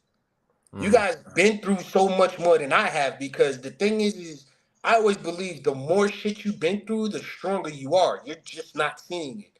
I've been through 3 wars and I laugh every time someone asks me, yo, how was it? I'm like, it was nothing. But when I go back and I actually see everything and I see what they're talking about and I see how they are with these movies that come out, Lone Survive, all that other stuff, and I see people's reaction, they're like totally scared. I'm like, that shit was a cakewalk to me. But to them, it's the same thing with this of us transitioning into being different.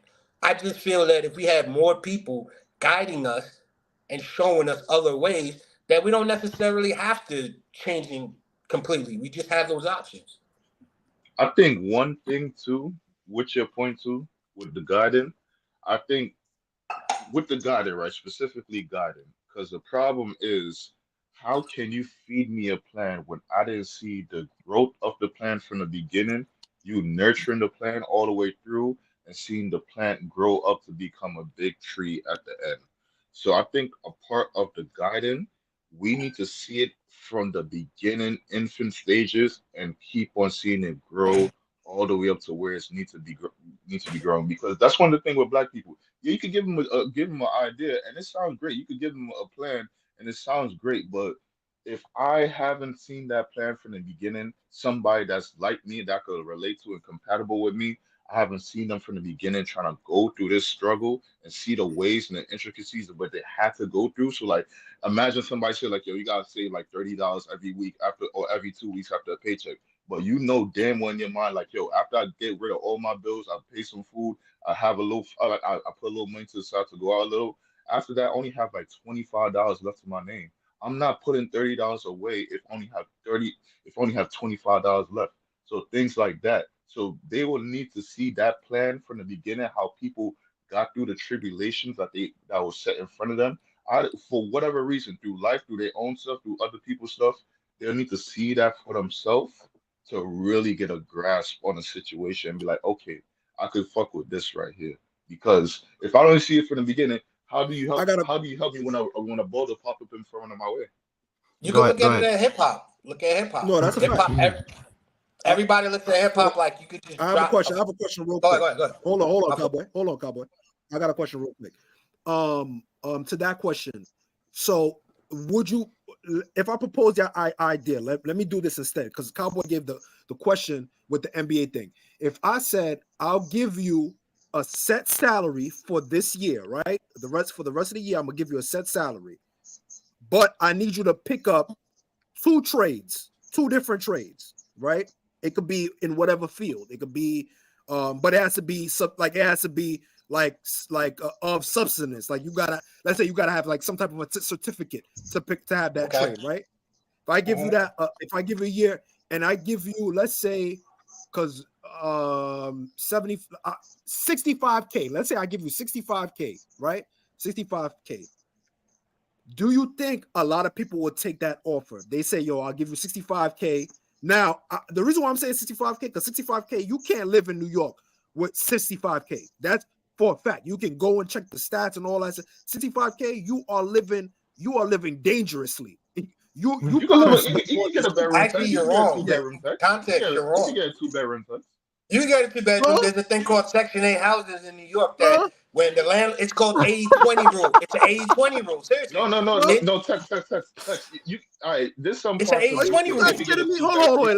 Hold on. Wait, run stabilized apartments. Hold on, wait. Before y'all tell me what y'all know, I'm gonna tell you what I know. Just real quick. Okay.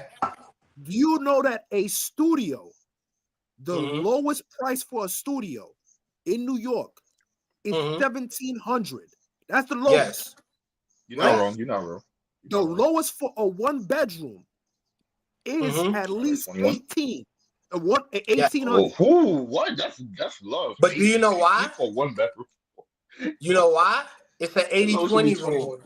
It's an 80-20 rule. What happens is all those places that are 2,500, they have to leave 20% of the apartments for people who can't afford it but work there. For example, if I work at Starbucks and I have to be in Manhattan to work in Starbucks, under that ruling, I can get the city of Manhattan to allow me to stay in a place that's 2,500, but I'm only paying $500 a month. It's an 80-20 rule to where the rent is cheaper for those who are working there and fall under the system. There's ways around it. This is what I'm talking about with the knowledge. I can actually show you how to get free money from the government. You know what it is? But I'm not. Okay, but Bob, I hear you. They go. And they that go used to work. in a Hold place on, that's easy. Let me put them on. My fault. Go ahead. Let me put them on. Yeah.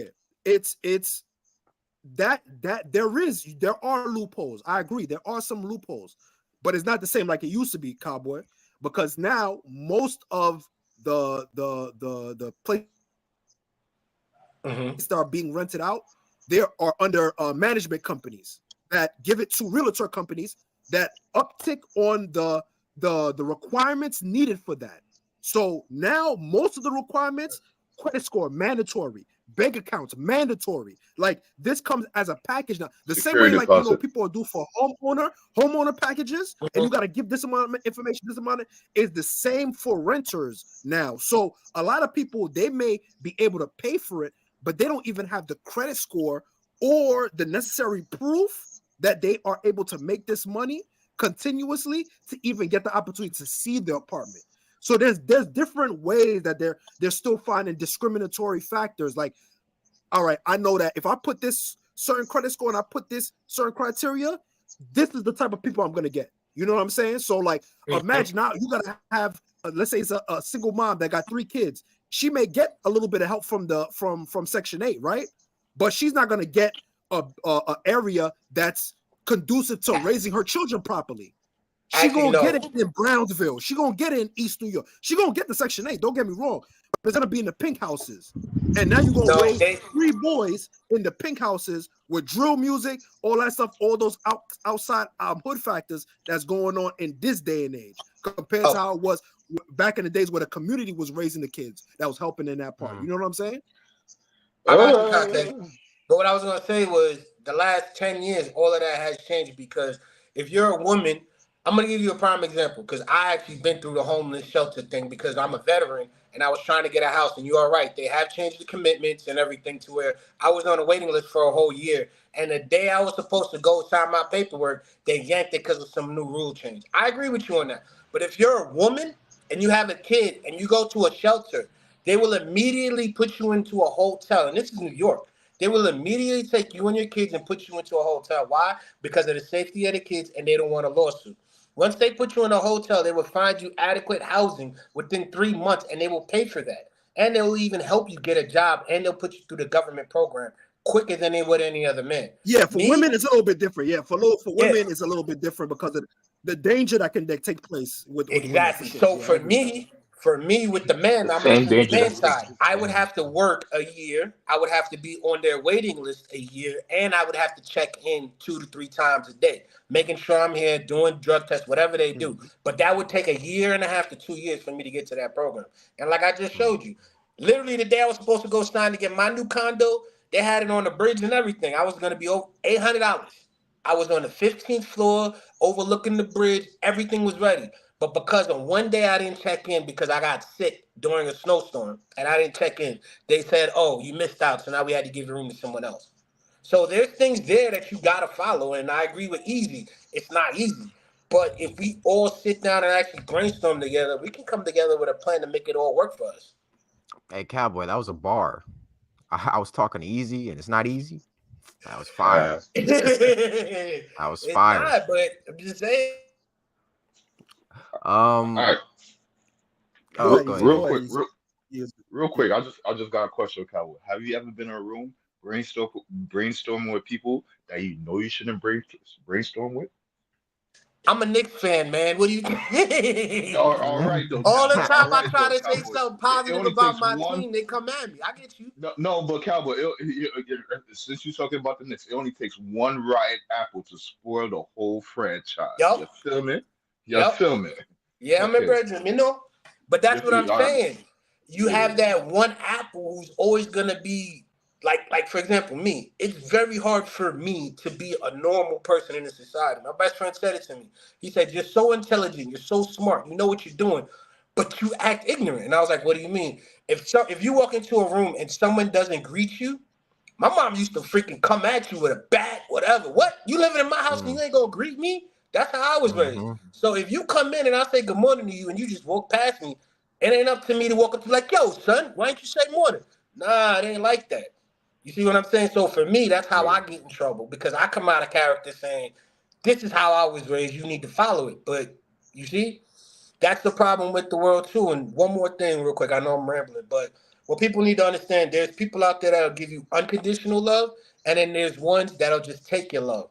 Both are needed because if I'm giving you my unconditional love, my unconditional information, you're showing me that that is a beautiful thing I have, but not everyone is entitled to that information. And what the person I'm teaching, who I'm giving that information, is what love is. They don't know what love is, so I show them love. Now they know how to protect it when it comes across the second time.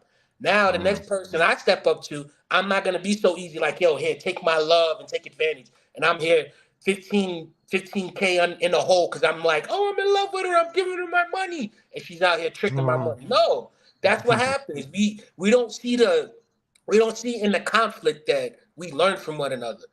I had a best friend of mine, yo, in high school, we did everything together. Everything. This dude, if I told y'all over 20 years the amount of stuff I did, I would be in jail. But long story short, that last day, I looked at him and he offended me in the worst kind of way because he told another person my business. We was together for 20 years. You ain't never snitched before. But the person you snitched to is a girl you were trying to take away from me. You see Dang. what I'm saying? Like, See, it's Player, crazy. It's crazy when friendships player. end like that. You know what I'm saying? It's crazy how friendships, a 20-year friendship can end just because feelings got involved Cause a you kitty. know, Cause a yeah, kitty. because of Cause Kitty, a man. kitty, Like Dezo. it's. I I lost actually 20 years of knowledge with him that I could have used with someone else. Yeah. That's fair, What were we about right? to say, Conte? And building, and so just guys, because I want to put a bow on this because there's two topics that come from this too, and I want to get to to the Cam Newton thing before we close out. Right. So I think here's where the dilemma is, Cowboy. And you make great points. You definitely made great points. Grand scheme of things, you gave a lot of knowledge, dope situations, right? But just to harp on that point that you just made just now, that is a microcosm of what's happening now, though, right? Everybody's kind of hardened after that one slash, right? So somebody they cut their hand, and you know that scab is hardened, and they don't want nobody else to come near them to potentially cut them again. So now you're gonna keep everybody at distance, even though they're giving you proper information. You're gonna look at it with a grain of salt. Because, for example, if I tell you to invest in something, blah blah blah, and the investment don't flip the way they're supposed to, the next person that gives you information about an investment that's gonna click, you're gonna be hesitant to doing that. So taking information because of it not Easy made a great point. If we're not seeing the fruits of the labor, unfortunately, right away or close to right away, we are more hesitant to put more energy, thought, and time into investing, whether it be in ourselves, in each other. You know, as for example, like if you see a man has a clothing company, right? Real quick, if you see a man has a clothing company, and boom, and you see that, like you made or let's say he was supposed to make an order, but he didn't get you the order, but you see that he's giving other people their orders. You know what I'm saying? And you have a platform, you could help him out. Now you may not want to use him on your platform because of the way that he handled you. But now you taking away from him because you could have promoted and helped him get to the next level. And now because of how you feel, you don't want to help him with that. And that actually gives me a great point too. I wanted to do, there's probably going to be a graveyard shift, dirty macking in general, just dirty Right. macking. How much business has that ruined? How much like corporations got shut down? You know what I'm saying? So I really want to say like the rules of dirty macking, the history of dirty macking, situations, things like that. I think that's gonna be a dope graveyard shift. Go ahead. Hold on, Tex, real quick. Just give a brief description of dirty macking. What's dirty macking? I want to do this instead, giving an example, because I want to give the example on graveyard shift, but there was a situation that happened with Joe Budden and his man's Ish, and they were talking about Ish having a girl or dealing with a shorty at a situation, and then Joe Budden coming behind her and kissing on her. Like they didn't do anything else but kissing on her, blah, blah, blah. They had a whole back and forth situation like, yo, and Joe didn't tell him. He didn't tell him about it. The girl told him. You know what I'm saying? So they had a whole situation like, yo, technically that's kind of like, yo, you coming right behind me. You know what I'm saying? Like you possibly could be saying such and such. You know what I'm saying? Like what you doing kissing on my shorty? You know what I'm saying? You could be like, you know what I mean? That's along the line. That's one of the examples of dirty macking, so to say. Another form of dirty macking is, I'll give the other form is like, for example, let's say we all work in a podcast production, right? And let's say we work with a female co-host, right? And you will, for example, let's say Easy told me something in confidence, right? And to make an impression on being like a cooler dude, or having I may say like, I may talk about Easy's financial situation. I may make a joke at it. You know what I'm saying? Like to the girl, like, yo, like da da da da da. You know what I mean? That's dirty macking. You know what I mean? Yeah. That's but dirty macking for sure. I don't know if that is dirty mac, and I think that's creative criticism, because the way I grew up, people throw shade at you all the time. It's your job to overcome creative that. criticism. Creative criticism? Yeah, Nah, like no, Bob. I'm gonna tell y'all real quick. Circles I used to run in, yo, all my dudes were like, all the guys I know were models. I'm telling you, I'm not even kidding you. One of my best friends, he was a model, and I didn't even know he was a model. And we were talking about women. And he used to tell me he hated talking to women when he was young. And I'm like, yo, you a model, man. You got bitches left and right. He's like, yeah, that took time because I had to get used to everyone throwing hate and shade on me. And instead of me reacting to that and just focusing on who I am, that's how I overcame. But the thing is, what context is talking about is like when Bad somebody talking. is, when you know that there's a girl in the room that your man's might be interested in, and you make a joke about him to that girl, that like You make a joke about money, bro. Yeah, you hate that's for real. that's not cool at all. You know what I'm saying? Like that's dirty macking for sure. Because How like y'all doing? What? you But wait, know your that's your friend man's though. is interested in him and that But girl. You know what I'm saying? okay. Cause see, like I said, the way I was raised, cause again, me, I was a dude that had the money and everything, and then I always got passed off for a dude that was more attractive to me. So for me, I see it as if me and him are in the room and we joking, and he say something, and I say something, and she hear me say, "Oh, he ain't got his money together." And then it's like, oh, you talking down to her? No, if she likes him, she's not gonna care. That's why I look at it and I laugh. I'm like, because I've seen women who are married to the most successful man in the world, and they say, I don't love him. I'm with him for security. I want this guy. And that's what I'm saying. Like, it's all creative criticism. And it's better that you hear it from his man saying, yo, this nigga ain't got no money. You want to be with him? Yeah, I want to be with him. Hold Maybe on, he has Cowboy. something. Wait, Hold what? on, Cowboy. Nah, Wait.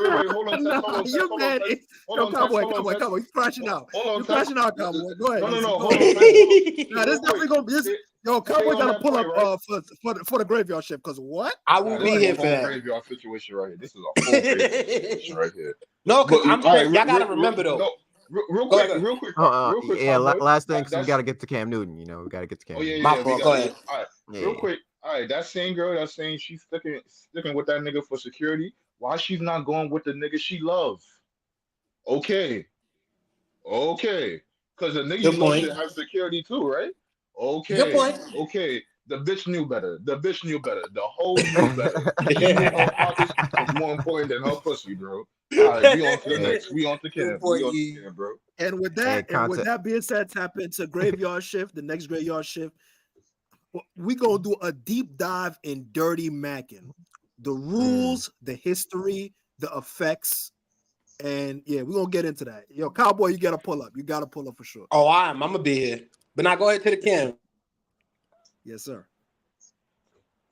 You wanna lead it off, Um. Dezo, or you? Go ahead, Yeah, Dezo. I'll start it off. So over the weekend, hey, some people do some strange things, man. Yo, Some it was a people, crazy weekend all around. It was a crazy weekend all around for the sports. some people decide to, become. Some people choose strange professions. You know what I'm saying? Some people decide to be, zookeepers and battle alligators and all that kind of stuff. And shout out to them. But some people also decide to jump 5-star athletes who are who used to be 6'5" quarterbacks in Yo, hold on, in their wait, free Used time. real to quick, used to be. hold on, real quick. I mean, Hold on, yo, what's up, son. man? Oh Cam my, could still play in the NFL if you yo, want to. all right. No, all right. Before we get into the NFL, real quick, it made me think because all these athletes been bugging out, right? They've been taking a page out of Draymond Green book. I saw Jimmy Butler get choked. Yo, I don't know what happened. Yo, I don't know if he thought he saw Rachel Nichols and he said, I'm gonna go to my choke bag. He got choked back, didn't like it, and it turned into an all-out brawl. Like, I think Thomas Bryant started fighting with GTA. Like, yo, he's weaving. GTA is weaving. It was a lot going on, son. Yo, y'all gotta stop choking each other out. I'm starting to think the NBA got a choking fetish. Draymond Yeah, Thomas Green, Bryant was fighting Jimmy like an old Butler, man. I ain't gonna y'all bugging out. it was definitely a wild weekend for athletes. Jose Calvarado. Yeah, like you said, Jose Calvarado and, and Thomas Bryant decided to scuffle for some reason. Like they were just Throwing it was hands. just yeah, it was Throwing just cool plays just before it, like it was all cool. And all of a sudden it was like, you know what? I don't like you, Thomas Bryant. right. And Thomas Bryant was like, Yo, that's what I'm saying. do Like, yo, something then. why you beefing with Thomas Bryant, GTA? Like, I'm mad. The height difference is crazy. Like, but Yeah, height respect to difference is crazy. Alvarado. You know what I mean? Stand for get him right up out of there because he weaved it. He threw one punch and But he weaved it right up out of it. But yeah, go ahead. so ESPN published an article saying it seems to like a video surfaced Sunday that appears to show 2015 NFL MVP Cam Newton involved in a scuffle at a 7-on-7 youth football tournament in Atlanta. It seems to show Cam Newton wearing one of his custom-made hats being shoved by 3 people near the top of a. I don't know why they included the custom made hat. I Yo, don't know why why they talking about the hat? Because he did have I don't know. Nah, I don't know. he really did have the dreads poking out the hat. That, Son. Like, come his on, hat man. is his hats are legendary, That but game is crazy. I don't know That why game is crazy. they didn't have to throw that in Hat there. didn't But move though. Hat didn't move. being shoved by 3 people near the top of a set of steps before the pushing, shoving, and grabbing moves towards a fence line. The video lasts less than 30 seconds before the altercation is broken up by a police officer and event security personnel at the Wii Ball Sports X Dynasty U 7v7 tournament at the BEST Academy. Shout out to the acronyms. Yeah, man. So Mad gang sets. You know, Mad gang. Hey, I just want to get y'all opinion. What were you about to say, Easy? Well, I was just saying, shout out to the acronyms. Goddamn, look at all them acronyms. Yeah, the BEST Academy. I don't even know what that means, bro. Yeah, I get mad, and they get mad at us when we just be like, get money squad, like, you know, get GMS. Like, oh my god, Right. gang. Okay, Make some money out there in the podcast world. So You I feel me? wanna ask y'all a quick question, right? Y'all, yeah, I'm sure all of y'all have done something, brave in y'all lives. Mm-hmm. How dumb though do you have to be to want to fight Cam Newton?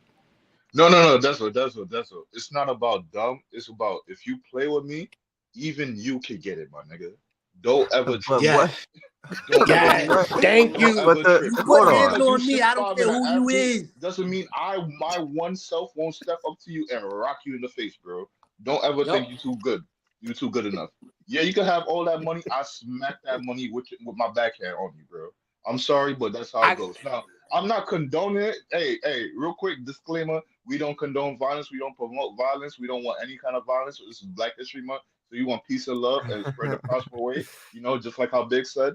But real quick, yo, listen, Cam. Listen, you know what type of nigga you are. Real quick, you know what type of nigga you are, bro. Yo, listen, that's cool and all that. I fuck with it, but yo, the minute you decide to step out of pocket and you stand on it, I'm gonna stand with my fist in your face, bro, and we're gonna get it on from there. And luckily, I got 2 other people with me. I got a quick story real quick to tell you. I was in Afghanistan, right? And when we were in Afghanistan, we were coming back, and me and my boys, we were all joking on the flight deck. And while we were joking on the flight deck, they pulled us aside. It was like, yo, come to this back room real quick. Now, we're like, yo, what do you mean come to the back room? All these Saturdays and everybody was there. We go to the back room. Guess who's in the back room?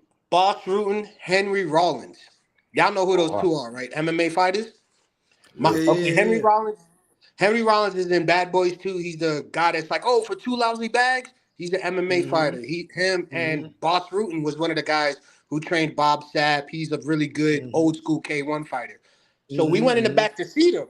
Henry Rollins is standing there reading the room like, I could kill this person, I could take that person, this person's like he's doing that. My man Sean is behind me like, I want to hit this dude. He think he better than us. Look at him trying to size me up like I ain't nobody.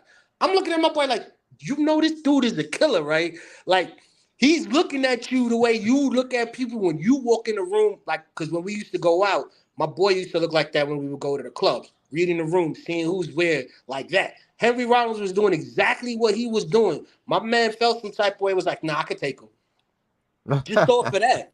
So for me, I'm like, yo, you crazy. But to him, he's like, he's doing exactly what Easy said.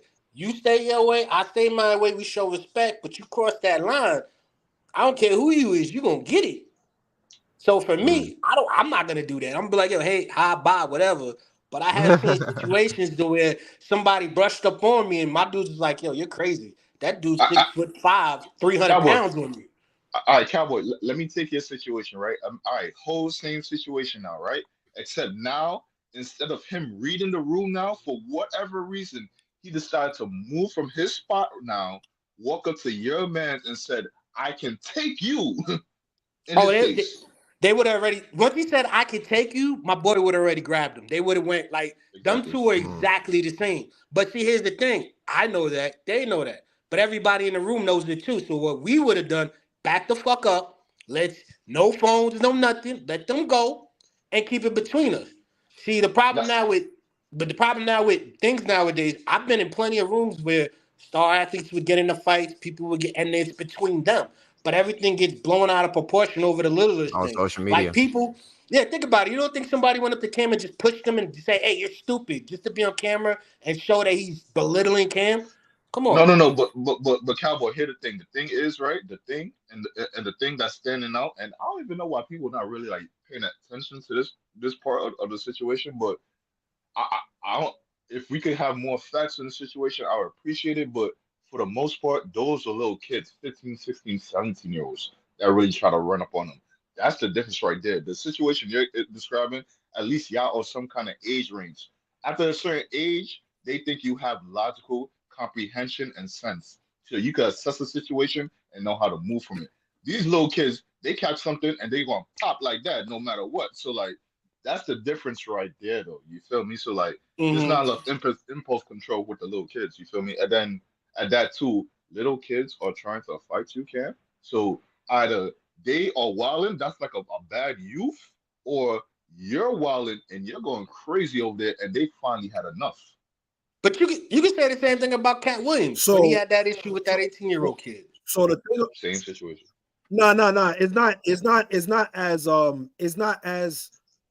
So the thing what happened with when this particular situation from the video part that I saw was that the kids were beefing with themselves. Like there was between the two competitive teams, they were beefing with themselves when they got to a certain area, and they was tussling, and a fight broke out.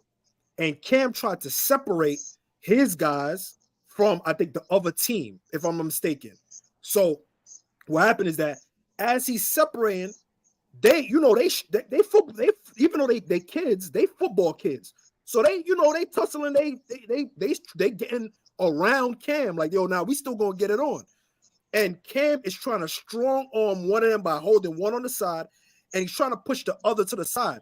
Before the other security guards get in there, I think one of the other teammates tried to snuff like one of the Cam. ops. And Cam, no. What happened was that, in my opinion, this is what I think. In my opinion, I think that they originally was trying to hit Sun. I think they were trying to hit the op that Cam had on his arm.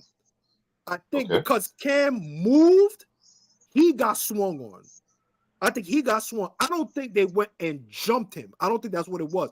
I don't think they went to go. I think they was fighting with this, and he just got caught in the crossfire. You know what I'm saying? But the what people are upset about is they saying like, yo, you can't miss Cam. Like you even though you 16, you 17, you black out, but you can't miss. Cam is 6'4", like 260, and he got a big hat with dreads popping from the top. Like you know what I'm saying? Like you can't. How are you swinging on the guy that is funding one of the funders for the thing? He don't gotta come to the hood. Like, and the thing about it is the way that they present it to us is that Cam is not going to the suburbs. Like he's going into the quote unquote trenches. He's going to the like more public schools and stuff like that, and he's trying to bring out the talent from the public school or the the low income areas, and he's trying to give them a platform. And my thing is to the kids, like, yo, like at this point, if you're Cam, like, and this is my question to y'all: if y'all Cam, would y'all keep going to those same neighborhoods?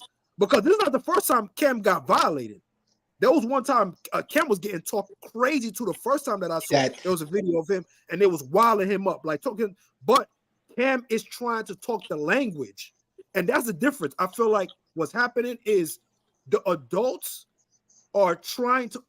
They don't know how to be adults and talk the language. Look at guys like Steven Jackson and stuff like that. And they get lost in the sauce because you preaching one thing with George Floyd, and then you in old block saying that you got to check in with the youngins. What are you doing? Are you an OG or are you trying to keep up with the young guys? And I think Cam, because of his persona, he's trying to keep up with the young guys. And now you not look as like with reverence. You look as more of like a peer. Which is real quick. Hold on, real quick. I just wanted to give a little bit more context. So I just read this is an article published by The Athletic. It says that there were 16 teams and competing in the the program that Cam Newton has down there with a top earning with the team that wins the division winning $5,000, right? They're saying that there was a game in which Cam Newton's one of the teams and the other team was in a heated game on that Saturday, and it boiled over into that Sunday where that this altercation happened. Okay. And it says that like Easy said, a couple of the players got into it, but the people who were fighting Cam Newton, they weren't fighting him. They weren't kids. Like the people that were fighting were coaches, because they saw him trying to break up the fight between the kids, and I guess they assumed that he was trying to get down on What the player Oh, fuck? so the on Oh a coaches player. no, Nah, Oh, see, that's So crazy. so it was That's it was two coaches and another player that came in and tried to fight Cam Newton. but Oh So my that's god, Cam's that fault. made the That's Cam's story fault. worse, I'm bro. sorry. That made the story worse. Okay, Oh okay. god. I know I ramble a lot and I say a lot, but that's Cam's fault. If you're out trying to create all these programs, you come from this area, you know how people are. I'm sorry. I lived in Union City when they just started their whole new football program with new jerseys and everything. So I've seen what they were and how they changed. Union City now has, and Jersey City, really good football programs. Those Hoboken, you need to do that. But the thing is that's what security is there for.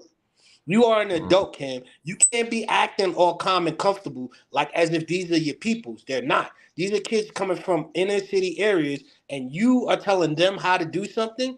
A lot of times, people don't even listen to their own coaches. Why would they listen to a complete stranger just because you're Cam Newton? They don't listen to Even their he said parents, that. Cowboy. They don't even listen to No, their what Thank parents. you, So Tex. that's what I'm Thank you, Hey, saying. Tex. good point. Good point. But then even he knows that. So him knowing that and him going to colleges, because I've seen Cam go to colleges and tell kids, look at the lies they told me about how great I am. And one of the Right, kids was throwing it back at him. Well, I've done right. this. I'm better than you. And Cam said simply, we'll see in a year from now. Like stuff like that, that's what you need to teach those kids. But in moments like that, that was in a controlled environment in the locker room to where everyone got to say their piece and everyone interacted. On the field, you are a football player, Cam. You know emotions run high. And you see a fight break out, security, get everybody involved, grab on the horn. Yo, I don't care who's fighting. If y'all don't stop fighting, this tournament is over. I'm taking y'all all home. Like, go on the lot horn. Now you Everybody be like, oh, snap. right. And then what you It's do, over. since you're freaking Cam Newton, line everybody up. I don't want to see this next year. This is why programs don't work. You correct it right then Right, and there, and you nip it in the butt. right. But because we are black people who run off of emotion, we have no But control. Cowboy, real quick, not to like you got a great point, but real quick, we have to consider the sport. A It's lot after the of fact. fights happen. A lot of fights happen in football. You can't just Yeah, automatically demonize them just because of one fight. If anything, you just tell them have more self control. But yeah. fights And happen plus, it's all the after time the in fact. football. Yeah, it's after the fact Oh, too, that's so what it's more that's easier to that's evaluate after the fact. But so. that's In it my though. opinion, I Like, don't think that Cam is going to stop doing what he does. I think he's gonna continue doing the inner city youth thing. I think he's still gonna keep his 707. I think he's gonna definitely take that route with Cowboy, where you're not as touchable to the people. You know what I'm saying? Because yeah, now that I know that it's coaches, that adds even more. It's kind of crazier because like now this is grown man trying to punch on you. Like that's insane. Low key, I think maybe because it was happening so fast, and you know you don't want to Cam. They're not gonna sue anybody but Cam. Because so right. if Cam punched on somebody and he violated somebody, he would have been in the right in social media world, but he would have caught a whole bunch of lawsuits. All the partnerships that he got with his program would have been cooked. You know what I'm saying? So shout out to him to handling it, you know what I mean, as best as he could. But I agree with Cowboy Bob. You put yourself in a crosshair knowing how testosterone is running high, even though these are kids, but these are like teenagers, you know what I'm saying? Like they're gonna fight for what they believe in, they're gonna be a little bit stubborn, you know what I'm saying? And I still think though that Cam, I want to say is obligated, but I think he may feel like he's still obligated to go about it, which I understand because either way, even though you know some kids don't absorb the information or absorb what he's trying to preach to them, like, or try to give the tools, the gems he's trying to give to them, there's gonna be a batch of kids that do that. You know what I'm saying? And those guys is gonna remind him when he's 20 years down the road. I remember when you brought me to that 707 camp and he told me something. Now I'm such and such superstar. Now I'm a Madden superstar. Look at all these guys like Jalen Brunson, Jalen Green, Carl Anthony Town, D'Angelo Russell. That was in LeBron James camp, Chris Paul camp. All these things like they was able to touch and talk to a superstar, and it made their dreams more tangible. You know what I'm saying? So hopefully this doesn't deter Cam Newton from still being like, because for a lot of people and a whole generation, Cam was that guy. A lot of people want to put his career under the rug, but Cam was definitely that guy. Like, so I think maybe social media and him doing his own podcasting, the Funky Friday stuff, and the end of his career, I think that's made him a little bit of a punching bag that I think people don't take him as serious as they should. Look at the people from ESPN. They try to, like, when he made a comment about the quarterback thing, they would try to make fun of him about that. You know what I'm saying? Like, so the younger kids, they look at it like, yo, you're not really nobody. Like, not like you are somebody, but I'm still going to act in my character. If I'm tight about something, I'm going to be mad. You know what I'm saying? Because if you're not going to listen to your parents, what makes you think they're going to listen to a person that's only going to see them for one day and maybe not even talk to them? You know what I'm saying? Like, and Easy, you said it I know earlier you're doing too. good things, Cam Newton, but it's not like you there in the trenches every single day. If he was there every single day, this would be disappointing. But Cam, you do these tournaments in different places. They only see you for one day. These guys don't owe you anything. They don't owe you respect. But it's opportunity that you're giving them, but they don't owe you respect. You know what I mean? But that goes into Easy's point that he made earlier about how people are. Like, you see him doing it day in and day out regardless, but then you have other people who hate on him because he has the ability to do that. Like, think about it. How many people are actually going to support Cam Newton that are from these hoods? Because Cam is doing it by himself. He gets credit. But why aren't there more players helping him out? Because the excuse is, oh, I know it's not going to work. Give it time. Or there's others around him that are trying to set him up to fail so they can all sit back and say, hey, we were right. We told you it wasn't going to work. That's why I say once you make it as who you are, you have to define the way to start treating people different. Me, you come to my house. First off, you come to my house, you're getting food. I'm going to cook for you. We're going to have fun. We're going to watch baseball. Whatever we want to do, we're going to relax and chill. But the problem is I had friends who would just come over just for that. So now I got to cut you off because all you're doing is just using me for my resources, but you're not helping me. That's the way these programs work. And a lot of people look, oh, this ain't going to work because it's Cam. He's from it. No. You know how you get better people? Have better control of the situation. When you're doing these tournaments, we've seen movies like the one The Rock did. What was that movie? Gridiron Gang. You saw exactly what happened from that movie. Come on. We don't need to sit here and say that we don't know. We've seen in that movie a kid got shot, and these are two gang members that were buddy, like all of that whole story. You can see, okay, this is what I might be dealing with. Let me make sure security is good. Let me make sure that I'm interacting with these kids. Yeah, they see me once, but we got to talk. My fault. But Easy, that's why a lot of times the plans don't work. Is because, like I just said, people will see you being successful, and instead of helping, they would rather add and say you were wrong. Because the misinformed many will always be misguided than the few that know. Wow. But that great point right there, Cowboy. That's a great point. But I don't think it's just like misinformation. I think because there are statistics that back up these kind of trepidations. My thing is, if you tell people that, all right, because we know how many, like they call us a minority, but we know there's a lot of us.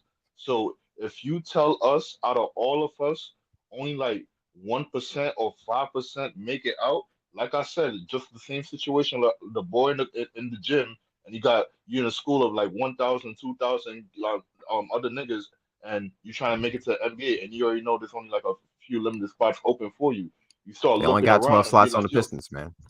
you only got 12 spots open on each team, and some of them are even like, yo, I don't even want nobody new type shit. So like, yo, that door closed, that other door closed. So in that gym, before you even get to the situation, before you even engage into your plan of making it to the situation, you start looking around the room and said, hey, listen, at the end of the day, people at the end of the day going to start thinking realistically. No matter how much optimism you throw in the air, they're going to start thinking realistically. They're going to say God's plan doesn't include everybody in this room to make it to the same plan. So I might have to start thinking tap now. So yeah, I want to make it to my dream, but that shit might not happen. What's the backup plan? I ain't got no backup plan. I'm doing bullshit out here. Shit like that. Nah. See, that fear and that hate is why they weren't successful. I'm sorry. I used to play baseball and I would go out I knew I was never going to make the major leagues. But when I went out and I played and I gave it my all, 10 years later, I saw some of my teammates that are in MLB. They used to look at me and be like, we thought you were going to be the one. And I would be like, what do you mean? You were the guy that was a switch hitter. You threw with both hands. You played outfield. You left-handed, right-handed. Like, you had all the skill sets. But for some reason, we thought you were going to make it, and we thought we had to be better than you. That's why they were there. They outbeat me through their determination. That's something you learn on your own. So for me, I learned now, even if I know I'm not good enough to make it, the fact that I went down that road and I learned so much from it, when my son or another kid steps up, I know how to guide them better than them to be lost than how I was. That's what Cam's doing now. Cam's Hey, slapping his kids Cowboy, with reality. that's fire. Yeah, That's nah, why Because I said, I but here's the thing. We are black people. We've been through slavery. We've been through so much stuff. We are the strongest, not even just black people, Americans, period. Because at any time, you could walk into your job, they could fire you. You have to figure out the next 30 days how you're going to survive. You see what I'm saying? Like all these things as people that we do growing up, whether we're black, white, we all go through these struggles. But instead of wearing it as a badge of honor and making the right adjustments, we just let the system keep going. It's like a waterfall. Instead of being the mm, water that's expanding out to go to other countries, other territories, we just keep going up the hill, up the hill, up the hill. listen, it's 11 a.m. We gotta wrap things up. We've been going for 2 hours. Context, if you wanna get any last words off about this situation, or you wanna Oh yeah, say nah, anything? like I just hope it doesn't deter Cam from continuing it. Obviously, he's just gonna have to, move a little bit more tactical. Like Easy say, he's gonna have to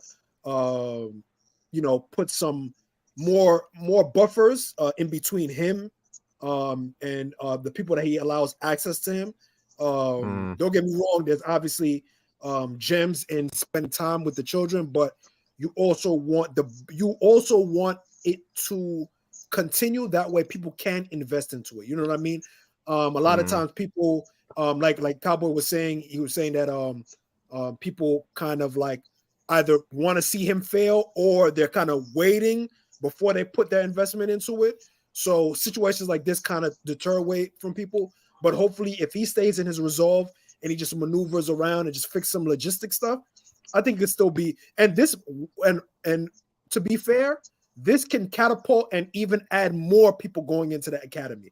You know what I'm saying? mm, More people. It You know what could. I'm saying? Bringing more eyes to it to help him out. To say like, yo, nah, we didn't like how they made you look. This time we gonna come in and help and support you and stuff like that. So hopefully this is a loss right now for Cam. But I think knowing the type of person and the person that I've seen so far, the way he's displaying himself, I think he's gonna bounce back from he'll this, bounce back. and hopefully he's gonna Yeah, be more successful.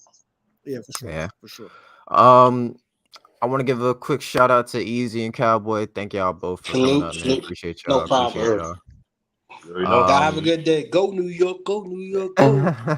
Go I'll New see York, y'all go New later. York, Thanks for Yes, go. yes, having yes, me. Yeah, no problem, no Sir, yes, sir. problem. Salute to Hey, the make sure guys, y'all man. stay hydrated out there. Make sure y'all exit the week the same way y'all entered the week, man. Stay safe out there. Stay dangerous, actually. You know what I'm saying? Shout out to Keep the your head on a Slim swivel, man. It's a Girls. dangerous world. Shout out to the big girls too. This is y'all season. And all the ones in between, from chocolate to regular milk. Mm.